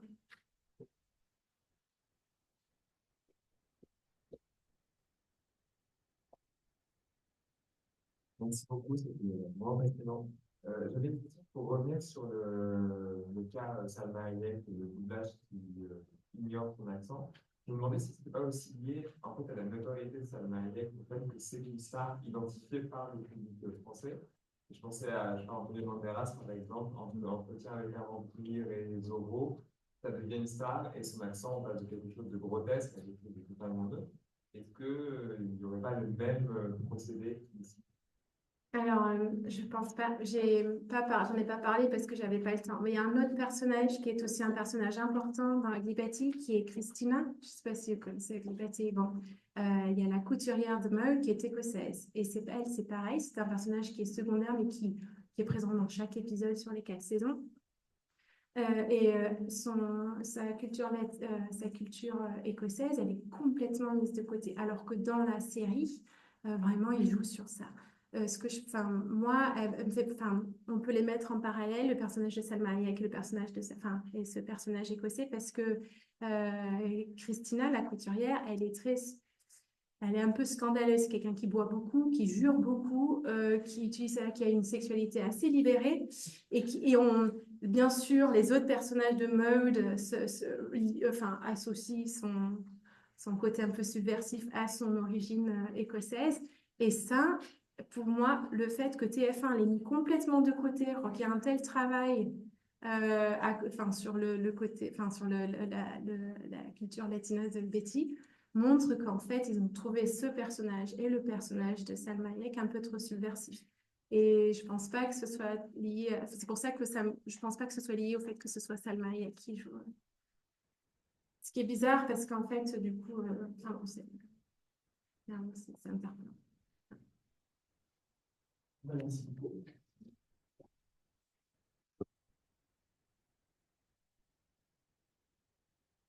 Alors, au départ, on avait une pause, mais comme on a plus d'une personne, est-ce qu'on n'aurait pas enchaîné finalement? Ça permet après de rentrer plus de temps. Je ne sais pas si on est censé être resté, c'est 29. C'est 29. Enfin, moi, je pense que c'est donc, la dernière personne qui est Antoine ne sera pas là, qui ne pas la pause. Donc, on va écouter Guillaume Beaumont, qui va s'installer, qui va vous présenter en attendant, il va parler en français. Oui. Donc, Guillaume est professeur agrégé de lettres. Il a travaillé en littérature, en cinéma. Il a publié de nombreux articles en littéraire, consacrés à solidaire, à Nicolas, à Stylistic, à langue. On a un changement, enfin. Voilà, oui, je m'excuse auprès de Patricia Arquette, malheureusement. Elle est sur l'affiche du colloque, mais je vais me concentrer sur les conseils avisés de Sarah. Je vais me concentrer sur Malcolm. Voilà.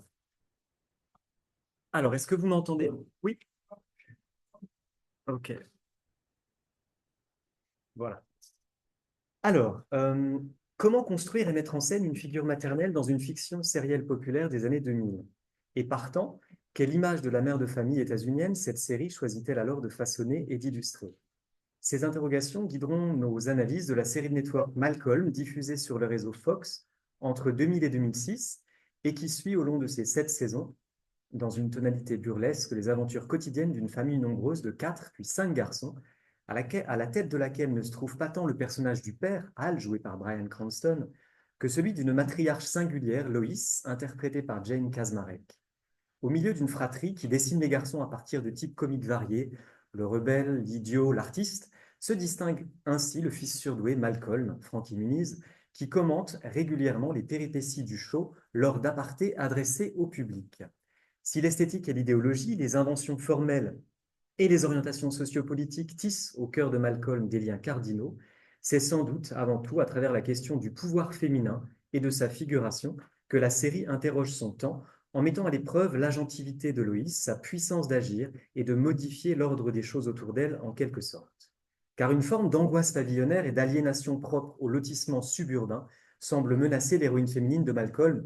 Le succès de Desperate Housewives dans ces mêmes années 2000 confirme d'ailleurs le poids de cet enjeu.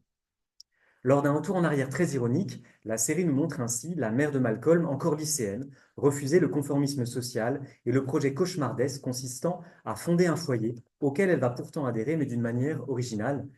Je cite, « Je veux dire, toute cette histoire de mère de banlieue semble être un tel cauchemar. » Elle a d'emblée conscience, je cite, de l'éthos particulièrement contraignant du rêve américain et de ses banlieues, pour reprendre les mots de Céline Morin dans son ouvrage consacré aux héroïnes de séries américaines. Loïs donne alors à sa charge mentale des échappatoires étonnantes grâce aux ressources de la comédie qui autorise une mise en scène de la famille comme lieu d'oppression et champ de bataille infini et drôlatique où la mère, jouée par Jane Kaczmarek, tente d'imposer sa tyrannie menacée à travers l'outrance de la farce. La scène inaugurale de la série, pendant laquelle la mère de famille procède au rasage intégral de son mari nu comme un verre, alors que les enfants prennent leur petit déjeuner, met immédiatement en scène une esthétique burlesque qu'elle associe à l'étrangeté familiale. On comprend aussi très vite que les interactions au sein du foyer sont fondées sur l'autorité maternelle, qui semble s'appliquer comme un système de coercition militaire, tentant d'organiser le débordement permanent, l'effet de submersion domestique auquel la famille, et la mère avant tout, est confrontée. Le procédé énonciatif des apartés du petit Malcolm, très particulier de la série, permet aussi d'emblée, par les adresses directes au public derrière son écran, de proposer un commentaire des actions farcesques à travers un discours à la fois parallèle et interne au show. Pour mettre en scène l'omnipotence et l'abus de pouvoir maternel, la caractérisation du personnage de Loïs dès les premiers épisodes la fait apparaître comme une sorte de chef de guerre surpuissante, voire une chef mafieuse régnant sur sa famille, en pratiquant quasiment une forme de torture psychologique. Sa furie potentielle et imprévisible s'exprimera jusqu'aux dernières saisons, et l'un de ses sommets est le célèbre combat automobile qu'elle mène sur le parking d'un supermarché contre une cliente aussi colérique qu'elle au moment de Noël. C'est trop arbitraire, c'est déraisonnable, c'est maman, constatent les enfants dans la première saison. On songe alors à cette description que faisait déjà Simone de Beauvoir dans Le deuxième sexe d'un enfant qui embarrasse profondément sa mère et subit, je cite, des sacrifices dont il ne comprend pas les raisons. À la suite d'un repas avec les Ken Arban, les parents de Stevie, le camarade en fauteuil roulant de Malcolm, Loïs remarque que sa colère et ses emportements tonitruants ont amené la mère de Stevie à faire une scène au restaurant. « Nous sommes contagieux », finit-elle par constater, comme si elle avait lu René Girard et confirmait sa thèse sur la contamination de la violence. Je cite, « La violence a des effets mimétiques extraordinaires. Elle ressemble à une flamme qui dévore tout ce qu'on peut jeter sur elle », écrit-il dans La violence et le sacré. Reese et Malcolm, en conflit permanent, incapables d'interrompre le cycle de la vengeance et la guerre des frères contre les frères, s'ils évoquent de façon parodique Abel et Caïn, semblent également souscrire aux théories girardiennes. Les crises familiales répétées et leur gestion parentale conduisent Hal à noter avec lucidité « Mais ce n'est pas de l'éducation, c'est du sadisme ». Ce à quoi Loïs répond « Tu crois que ça me plaît ?» soulignant la fonction sociale qu'elle endosse et toute la dimension théâtrale de la parentalité.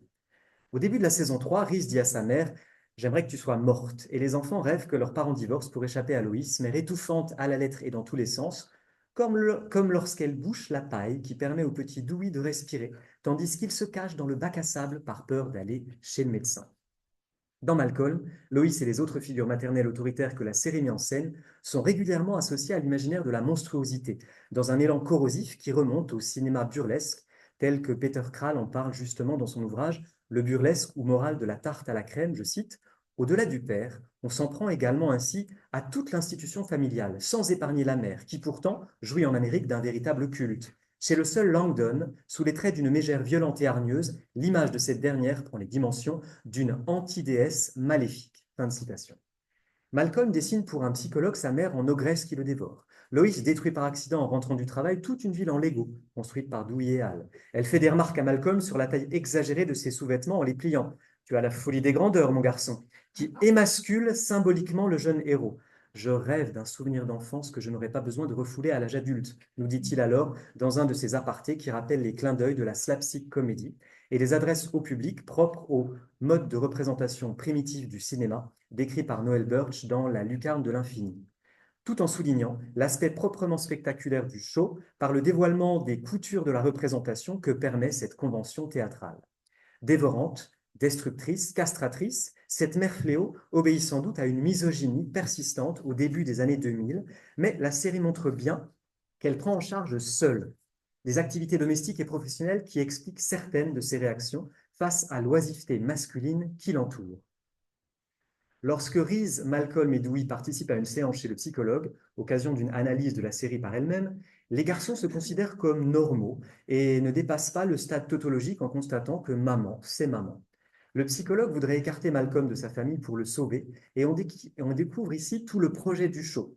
Depuis le dispositif formel singulier des apartés de Malcolm jusqu'à son départ pour Harvard à la fin, dans la 7e saison, le personnage est toujours déjà ailleurs, non pas tant in the middle qu'à la marge de sa famille. Si Loïs présente des traits quasiment monstrueux dans la série, d'autres figures féminines, doubles ou avatars de la mère de famille, renforcent cet imaginaire. Lavernia, la patronne de Francis en Alaska, violente et agressive et dont la poitrine est ostensiblement mise en avant. Piama, la femme de Francis, tout aussi autoritaire que Loïs et qui ose la défier dès qu'elle la rencontre dans un combat où un gâteau à la crème et un seau d'eau sont jetés en pleine face. Sans oublier la mère de Loïs qui arrive toujours chez sa fille à l'improviste au pire moment et à qui celle-ci avoue qu'elle est et a toujours été une mère horrible. Pour Loïs, sa propre mère est trop puissante et son fils Francis lui répond que chaque monstre a ses faiblesses, Dracula, Frankenstein. Ils utiliseront d'ailleurs le racisme de la grand-mère pour l'effrayer et la faire fuir avec l'aide des amis afro-américains de la famille. On le voit, la comédie joue avec une peur misogyne et archaïque du féminin qui serait ontologiquement dangereux, imprévisible, et élabore la figure maternelle principale de Loïs en diffractant ses traits monstrueux et en les projetant sur d'autres femmes fortes. La force de la mère de Malcolm passe précisément par une volonté de contrôle absolu de sa famille et plus généralement de mainmise complète sur les situations et les êtres. Elle va même jusqu'à donner un de ses reins à sa sœur Suzanne qui n'en voulait pas pour avoir un ascendant sur elle. Son omnipotence passe aussi par l'utilisation d'un babyphone qui lui permet de contrôler en son absence ce que font ses garçons et de les rappeler à l'ordre. Cette emprise à distance peut rappeler les développements de Michel Chion dans La Voix au cinéma, au sujet du Mabuse de Fritz Lang, qui contrôle ses groupes criminels grâce à des enregistrements vocaux. Je cite, « La voix pourrait relayer imaginairement le rôle de l'ombilic dans une fonction de lien nourrisseur, ne laissant aucune chance d'autonomie au sujet piégé dans sa toile ombilicale. » Fin de citation. La voix sans corps de Loïs suffit à imposer son autorité et Dewey fait croire à Reese qu'il a sa mère au bout du fil pour le manipuler. Car la matriarche surpuissante finit toujours par tout savoir. Dieu est omnipotent, omniscient, un peu comme maman, sauf qu'il est invisible, constate Malcolm, même si dans la dernière saison, Loïs confesse qu'elle a régulièrement improvisé et bluffé pour savoir le vrai. Mais la férule maternelle que l'armée lui envie faiblit avec l'arrivée du petit Jamie, 5e garçon de la famille. Face à son caractère très difficile, Jamie essaierait même de tuer sa mère. Elle s'avoue vaincue au début de la saison 6. Un discours de Hal sur la répartition des rôles au sein du couple tente alors de la remotiver. On avait un arrangement. Tu t'occupes de leur développement personnel, de la discipline et des blessures. Moi, je tue les araignées, je marque leur taille sur les portes et je fournis les chips. Personne n'est meilleur que toi. Tu as pris ces petits monstres et tu les as écrasés et soumis. Cependant, on découvre dans le même épisode que lorsque Francis était bébé, Hal assumait l'autorité et Loïs était au contraire une mère dépassée et tyrannisée par son jeune fils, sous l'influence de son psychologue, le docteur Sachs. En demandant à Francis adulte de remonter dans ses souvenirs primordiaux jusqu'à pouvoir revivre une scène fondatrice avec son nounours, Loïs comprend comment elle a alors réussi à s'affirmer et à devenir mère, et elle peut reprendre son rôle auprès du petit Jamie. La maternité apparaît alors dans la série strictement comme un processus d'empouvoirment et également comme une performance socio-genrée plus ou moins convaincante.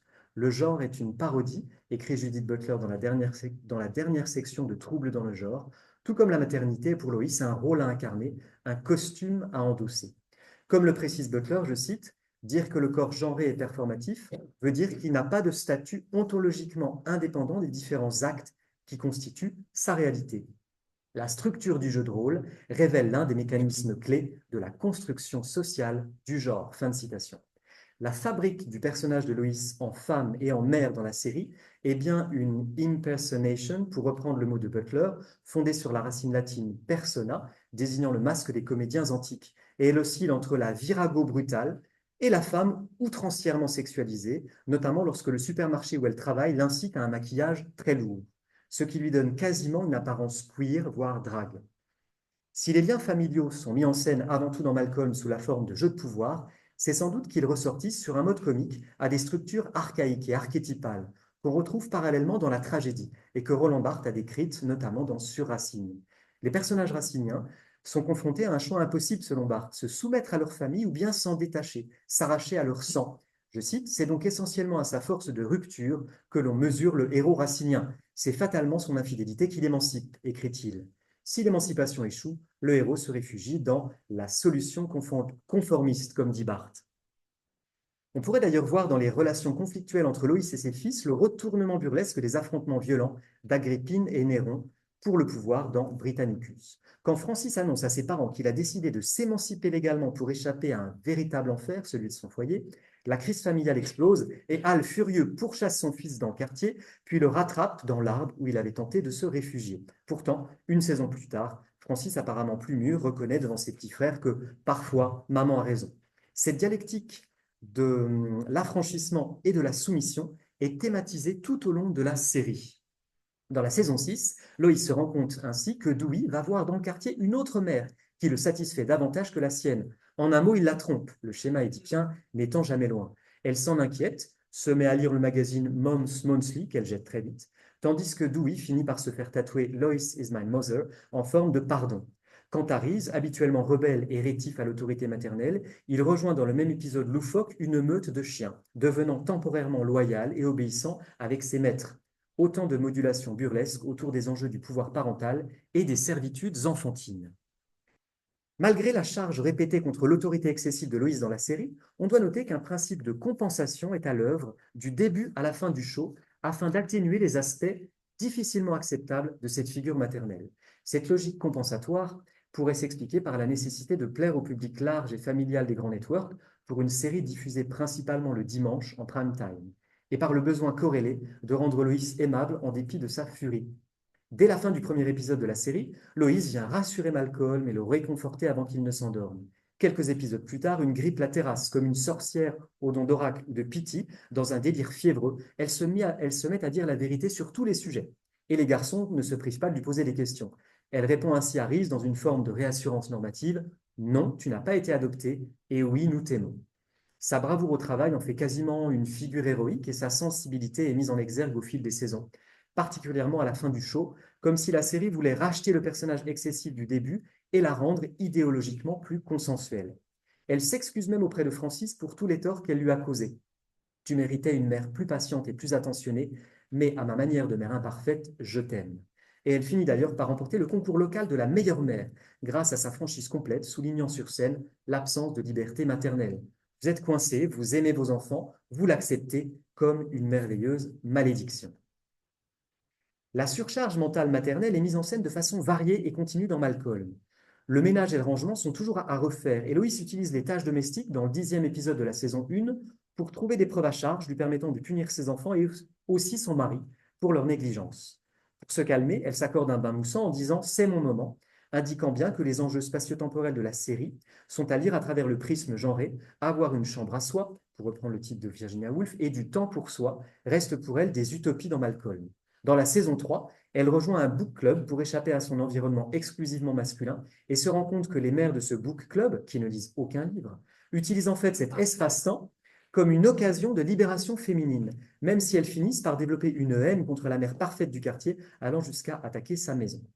En France, ce sont notamment les travaux de la sociologue Monique Eco qui ont contribué à théoriser et à développer la notion de charge mentale, je cite, « lourde d'une tension constante pour ajuster les temporalités et les espaces différents mais non autonomes qui interfèrent de manière multiplicative », comme elle l'écrit dès 1984. Monique Eco confirme en 2021 que cette charge presque exclusivement maternelle exige, je cite, « une virtuosité mentale et physique de coordination et de contrôle, une disponibilité permanente et une adaptabilité constante au changement. La popularisation de la notion dans les années 2000 et 2010, au prix de certaines torsions sémantiques, s'est associée à d'autres concepts comme le burn-out maternel et n'a pas tardé à être récupéré par l'économie du développement personnel et du bien-être, qui l'a retourné ironiquement en de nouvelles injonctions à destination des mères. Saisie par le biais non plus de la sociologie mais de la comédie, la charge mentale de Loïs dans Malcolm est l'occasion d'éclats délirants du personnage féminin. Dans la scénographie de la série, elle est aussi fréquemment soulignée par l'accumulation des objets dans la maison, comme dans cet épisode où Loïs décide de ranger un cagibi totalement encombré, sorte de métaphore du désordre familial, de la sollicitation cognitive et de tout ce qui est refoulé et mis au placard dans ce foyer. On peut noter au passage le lien entre cette spatialisation du refoulement dans la sphère domestique et les topiques freudiennes qui métaphorisent le psychisme à travers des lieux, la conscience et l'inconscient, le moi et le ça, comme si la maison de la série nous donnait à voir jusque dans son organisation spatiale les névroses de la famille. À l'envahissement matériel s'ajoute pour Loïs la fatigue physique et psychologique d'une mère de 5 garçons. Épuisée par le petit dernier Jamie dans la 5e saison, elle croit donner le sein à un paquet de pain de mie et s'écroule endormie avant d'arriver à son lit, sous lequel on voit un mouton de poussière qui va et vient au rythme de sa respiration lourde et grandit progressivement jusqu'à devenir une pelote. À la fin de cette saison, les problèmes familiaux et la charge mentale sont tels qu'elle tombe de sommeil, se douche habillée, finit par perdre la tête et se déconnecter temporairement du réel, dans une phase de catatonie ou de schise qui dépasse de beaucoup le concept de burn-out maternel. On serait presque alors dans le cadre des folies puerpérales dont Francesca Arena a retracé l'histoire dans son récent ouvrage « Trouble dans la maternité pour une histoire des folies puerpérales ». Mais quand Loïs apprend que Hal lui avait caché qu'il n'avait pas travaillé pendant 15 ans le vendredi, comme un choc électrique qui la galvanise, sa rage la soigne immédiatement. Tout au long de la série, le personnage de Hal est ainsi dessiné de façon très expressive et burlesque, et sa puérilité semble sans limite. Quand il se retrouve seul avec les garçons, il est incapable de s'en occuper, et on le voit dans un fantasme de scission psychique démultiplié en d'innombrables petits Hal, qui donnent de lui l'image d'un père comique, faible et fracturé. Dans le premier épisode de la dernière saison, Hal et sa famille se rendent en camping-car à un festival de contre-culture. Les festivaliers croient que Hal fait une performance artistique en se moquant de la vacuité quotidienne du père de famille de banlieue, attaché à ses biens et aux limites de sa propriété. Dans une mise en abîme qui problématise la performance sociale du personnage, Hal devient un show à lui tout seul et s'étonne du nombre de freaks et de weirdos sur place, pour reprendre ses mots. La série semble ainsi vouloir, au fil des saisons, éprouver les multiples configurations qui permettent de faire famille ou de défaire famille, en soumettant les personnages de Malcolm à la loi du délire, c'est-à-dire étymologiquement à la sortie du sillon. Les gags et les aventures comiques associent et dissocient les 6, puis 7 membres de la famille en duo, trio, quatuor interchangeable, dans une sorte de géométrie mouvante où chacun est une variable numérique propice au rire. Les combinaisons sont nombreuses et permettent le renouvellement dramaturgique du show. Le dernier épisode de la saison 2 récapitule et met en scène l'histoire familiale en retraçant la saga burlesque qui a conduit à la création de cette famille. Cette généalogie comique présente l'arrivée de l'aîné Francis dans un décor blanc immaculé où les parents maladroits et inquiets ne mesurent pas encore l'ampleur du bouleversement. Avec Reese, la décomposition progressive du foyer et d'abord du décor est en route et la réaffirmation de l'amour conjugal « nous nous aimons » semble nécessaire pour affronter la situation.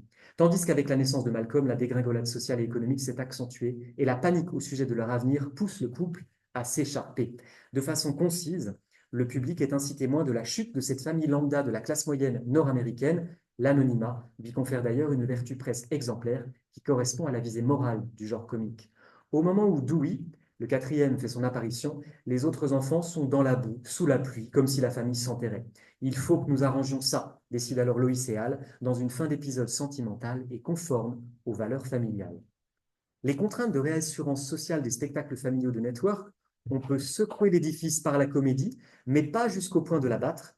Confronté à l'esprit abrasif de la série, occasionne ainsi des épisodes comme celui du Thanksgiving raté de la saison 5, où le couple de Francis et Pyama Badlel et où Loïs va tenter de les rapprocher. « Je crois au mariage, je crois à tous les mariages », dit-elle dans une formule à la fois conformiste et progressiste, car on peut la comprendre au sens strict ou étendu, en lien notamment avec le mariage homosexuel.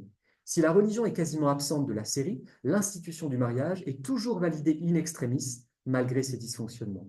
Auparavant, Francis s'était fait légalement émancipé du noyau familial, tandis que Malcolm avait créé un jeu vidéo sur sa famille avec son ami Stevie, autant de reconfigurations possibles de cet organisme qui évolue encore avec l'arrivée du 5e garçon à la saison 4, l'annonce de la grossesse, étant vécue d'abord comme un événement affreux pour Al et comme une farce cruelle pour Loïs, avant que le choix sentimental de l'entraide familiale n'atténue le choc de cette nouvelle.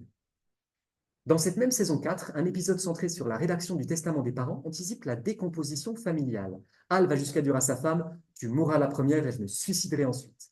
Le schéma tragique est filé avec ironie pour retrouver le nœud oedipien originaire qui a fait déraper la situation après la naissance du numéro 1, Francis. On apprend que Al a dû s'occuper seul de son fils pendant 6 semaines et que Loïs s'est sentie comme une intruse à son retour. Les oxymores comiques peuvent alors.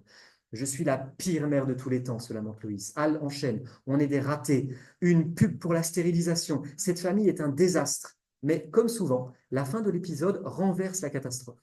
Les parents démontrent leur qualité auprès de Dewey et un combat final contre des clowns permet de refaire famille. Le programme comique de la série, directement hérité de la tradition du slapstick dans le cinéma muet, consiste à mettre en scène une catastrophe qui va crescendo et dont l'acmé tient souvent à une souillure.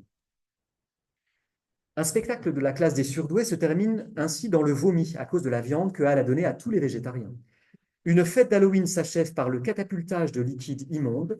Des repas de famille sont scandés par des paix et des roses spectaculaires. Reese et Malcolm tentent de récupérer dans les selles de Louis une clé qu'il aurait avalée. Un pique-nique d'entreprise finit en combat avec de la nourriture entre Loïs et un personnage joué par Suzanne Sarandon. Une guerre des poubelles oppose Al et les éboueurs du quartier qui laissent s'accumuler un dépotoir devant sa maison. En nettoyant une tache sur le tapis du salon, comme vous le voyez en bas à gauche, Loïs finit par le trouver trop propre et le salit à nouveau avec de la terre. Et quand Al quitte son travail pour se dédier à l'art, il peint dans son garage une toile immense, relevant précisément du tachisme. Accumulant les couches picturales à la manière de Fraunhofer dans le chef-d'œuvre inconnu de Balzac, au point que la peinture finit par s'écrouler sur lui en un amas visqueux. La crasse, les taches, les souillures comiques attirent notre attention sur la matérialité organique des corps de comédie. Et l'on peut songer ici à la puissance carnavalesque du rire populaire étudié par Mikhail Bartin dans sa Somme sur Rabelais, où il écrit par exemple, je cite, « Rabaisser, cela veut dire faire communier avec la vie de la partie inférieure du corps, celle du ventre et des organes génitaux. Par conséquent, avec des actes comme l'accouplement, la conception, la grossesse, l'accouchement, l'absorption de nourriture, la satisfaction des besoins naturels. Le rabaissement creuse la tombe corporelle pour une nouvelle naissance. C'est la raison pour laquelle il n'a pas seulement une valeur destructive, négative, mais encore positive, régénératrice. » Fin de citation.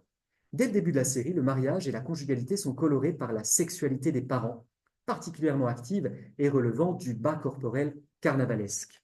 « Te voir astiquer l'évier me fait de l'effet, dit Al à Loïs. Leur libido volcanique est le signe d'une énergie vitale sans cesse consumée et régénérée qui crée la famille tout en la mettant parfois en péril, car les enfants nés du désir parental sont aussi le signe de leur finitude. » Al parle d'ailleurs de ces adolescents, je cite, « sans peur, machines à manger, qui font vivre un enfer à leurs parents et les précipitent dans la tombe. » Fin de citation.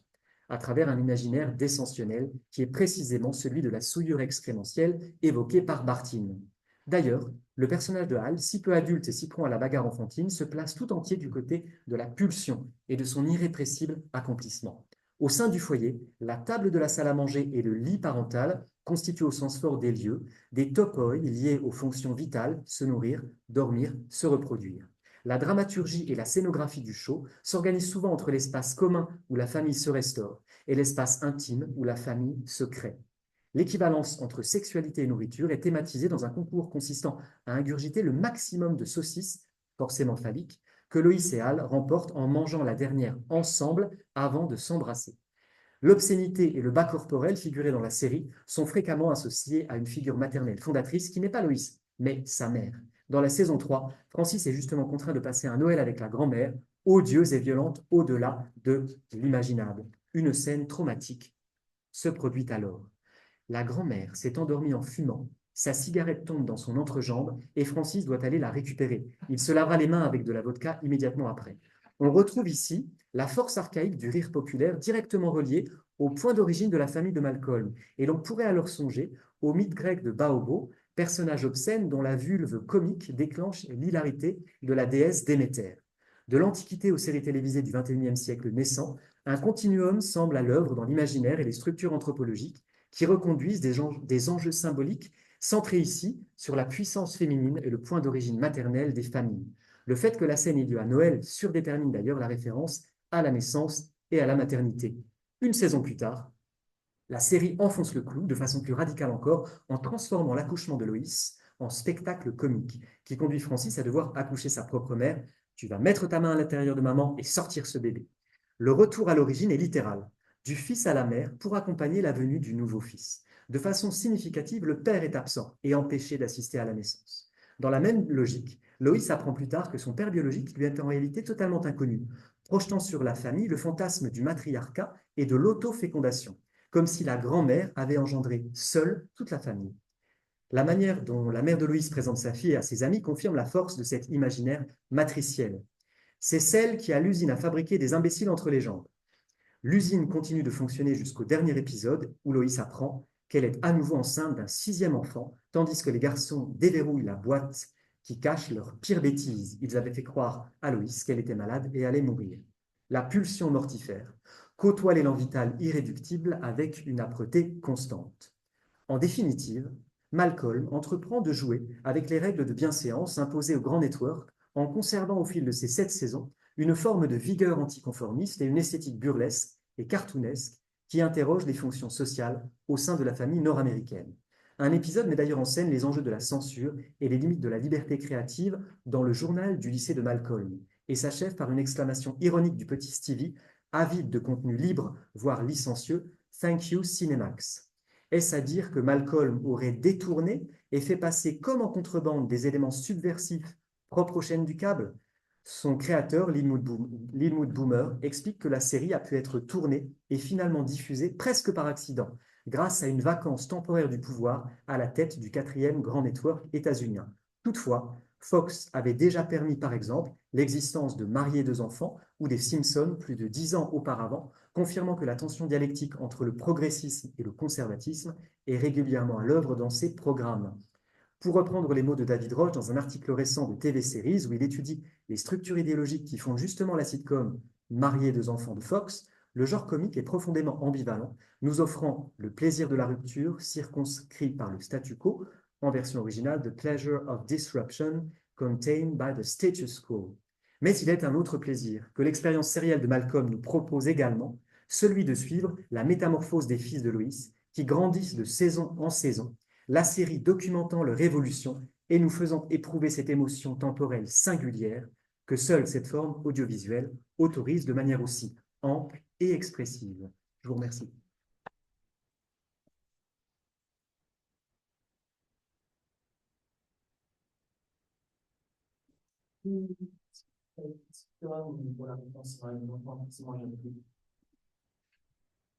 Merci beaucoup, Guillaume. J'ai une question à nouveau très bête, mais la question de l'avortement, Oui. peut-être jamais Alors, abordée. Et comment- voilà, la question de la gestion des naissances dans Malcolm est j'y réfléchissais. Donc la question, le mariage homosexuel, la question du mariage est très présente, mais la question de la contraception, la question de l'IVG n'apparaît pas quasiment jamais dans la sitcom. Je me posais tout à l'heure en effet la question. Et alors, évidemment, il y a des formes de contrôle des naissances dans la série, puisqu'elle n'aurait pas eu 6 enfants. Vu leur activité, elle aurait eu 20 ou je ne sais pas combien. Voilà. Donc, mais ça n'est jamais ça n'est jamais un sujet. Voilà. Mais oui, oui. Mais parce que je me pose aussi la question liée aux dimensions historiques. Malcolm, c'est quasiment une série anhistorique. C'est-à-dire ils n'ont pas de nom. C'est la famille No Last Name. C'est une famille de contes. On est dans un cadre hors de l'histoire quasiment. Alors, il y a quelques références historiques. Par exemple, Reese va en Afghanistan quand il s'engage dans l'armée et sa mère va le récupérer elle-même jusqu'en Inde. Mais c'est une série qui échappe à certains grands enjeux, de l'époque. À part quand même, je pense, la question du mariage et notamment du mariage homosexuel. Voilà. Mais il y a quand même la présence des minorités dans la série. Enfin, il y a des enjeux qui sont clairement mis en scène. Mais alors, voilà, le contrôle des naissances et IVG, Une question? J'arrive.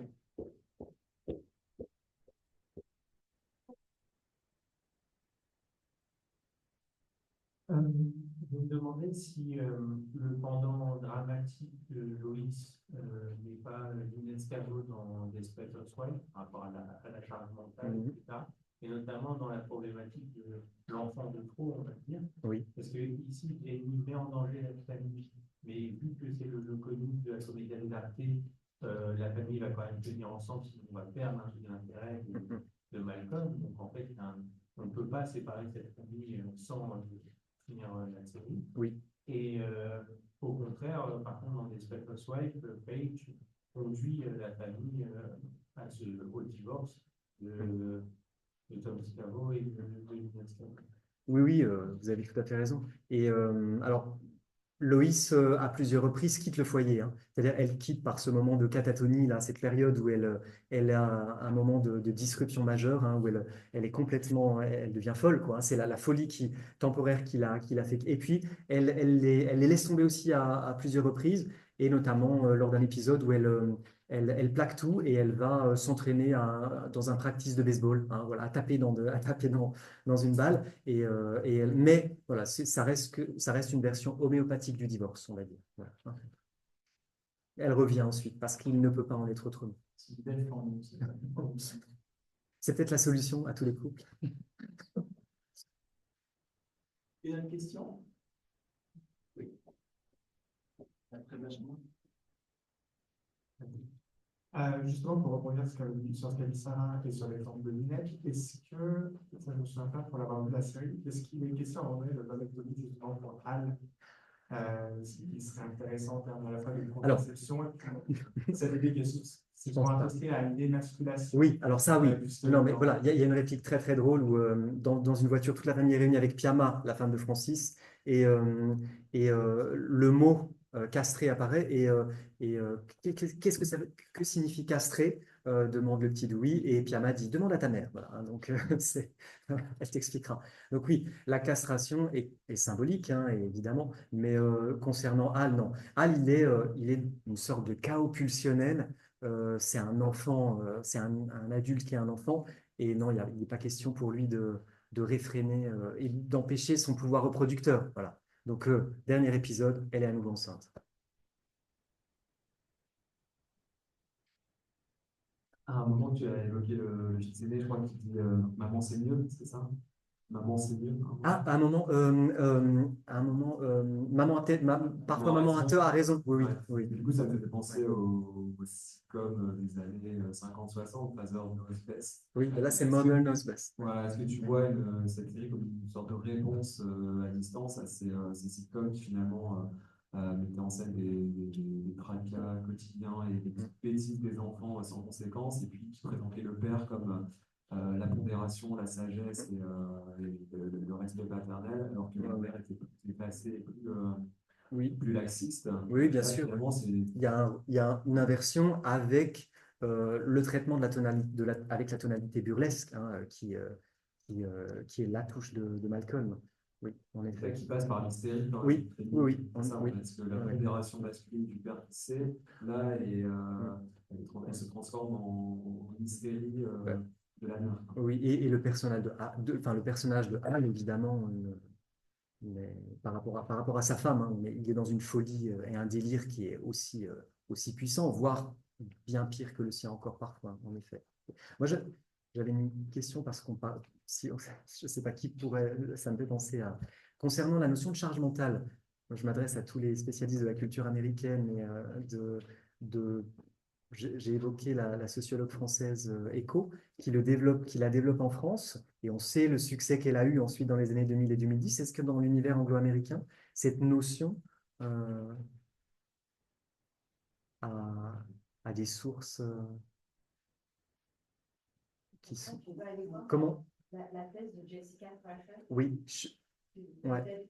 Ben, j'avais noté une référence liée au maternage. Ouais, j'avais noté cette référence mais je me demandais si l'expression était aussi à la mode qu'en France, où elle revient vraiment. Je ne sais pas d'ailleurs comment c'est traduit en anglais et comment, parce que vraiment en France, et notamment dans le domaine actuellement du bien-être et du développement personnel, la charge mentale, c'est devenu vraiment, c'est passé dans la langue courante. Et je ne sais pas si aux États-Unis ou dans l'univers.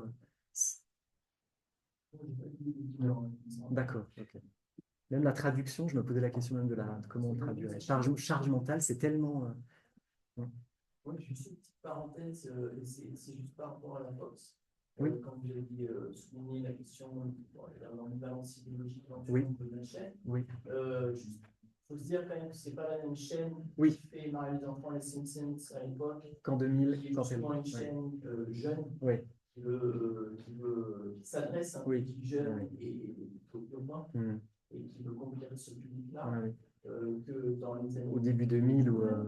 Et deuxièmement, il ne faut pas oublier de toute façon en général qu'il y a toujours ces contradictions dans le divertissement populaire, dans les États-Unis, mais à mon avis partout.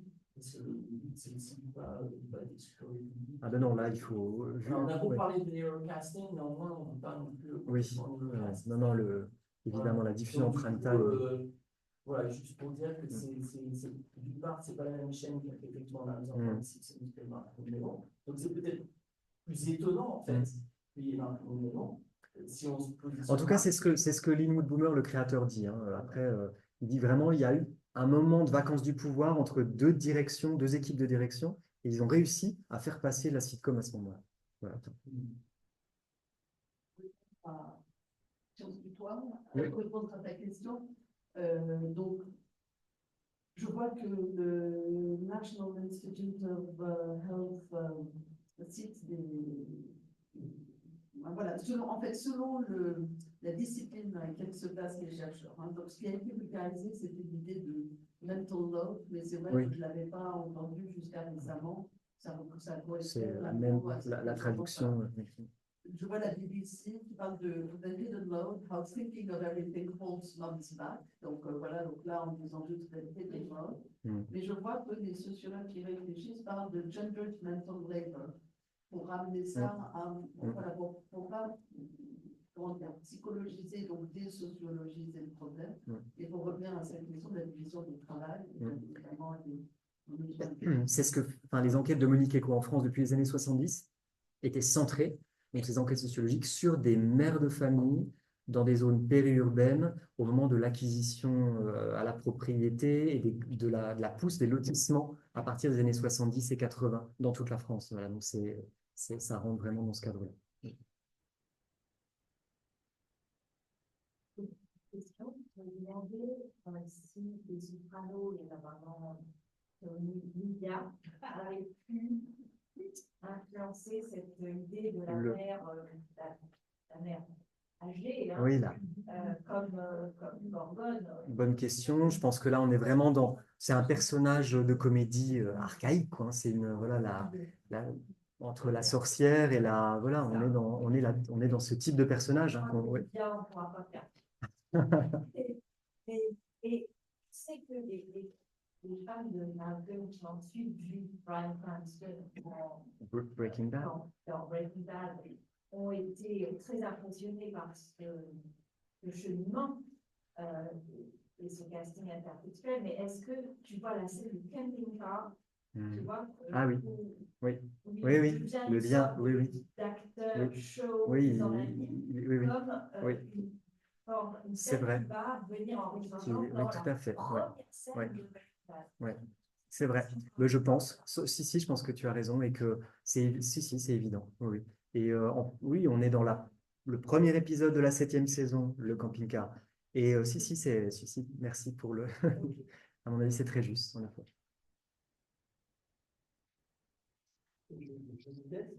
Merci.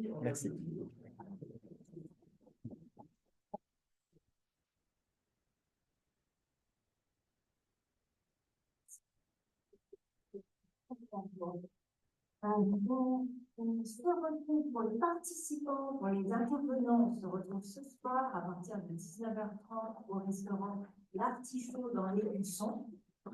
Si vous n'avez pas l'adresse, normalement, vous pouvez l'envoyer par mail, mais si vous avez un doute, vous me dites. Et sinon, on se retrouve demain à partir de 10h45 pour la journée 2, le retour.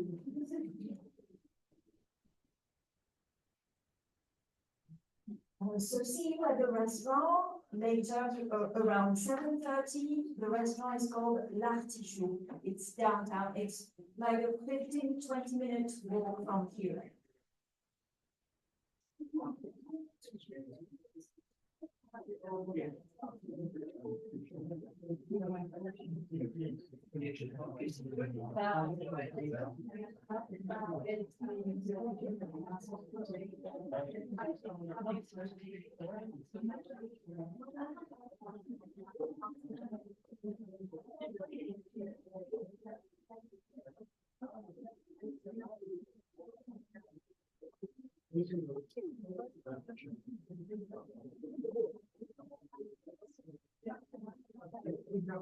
Merci d'avoir tout suivi en ligne. Pour ceux qui sont encore avec nous, et à demain.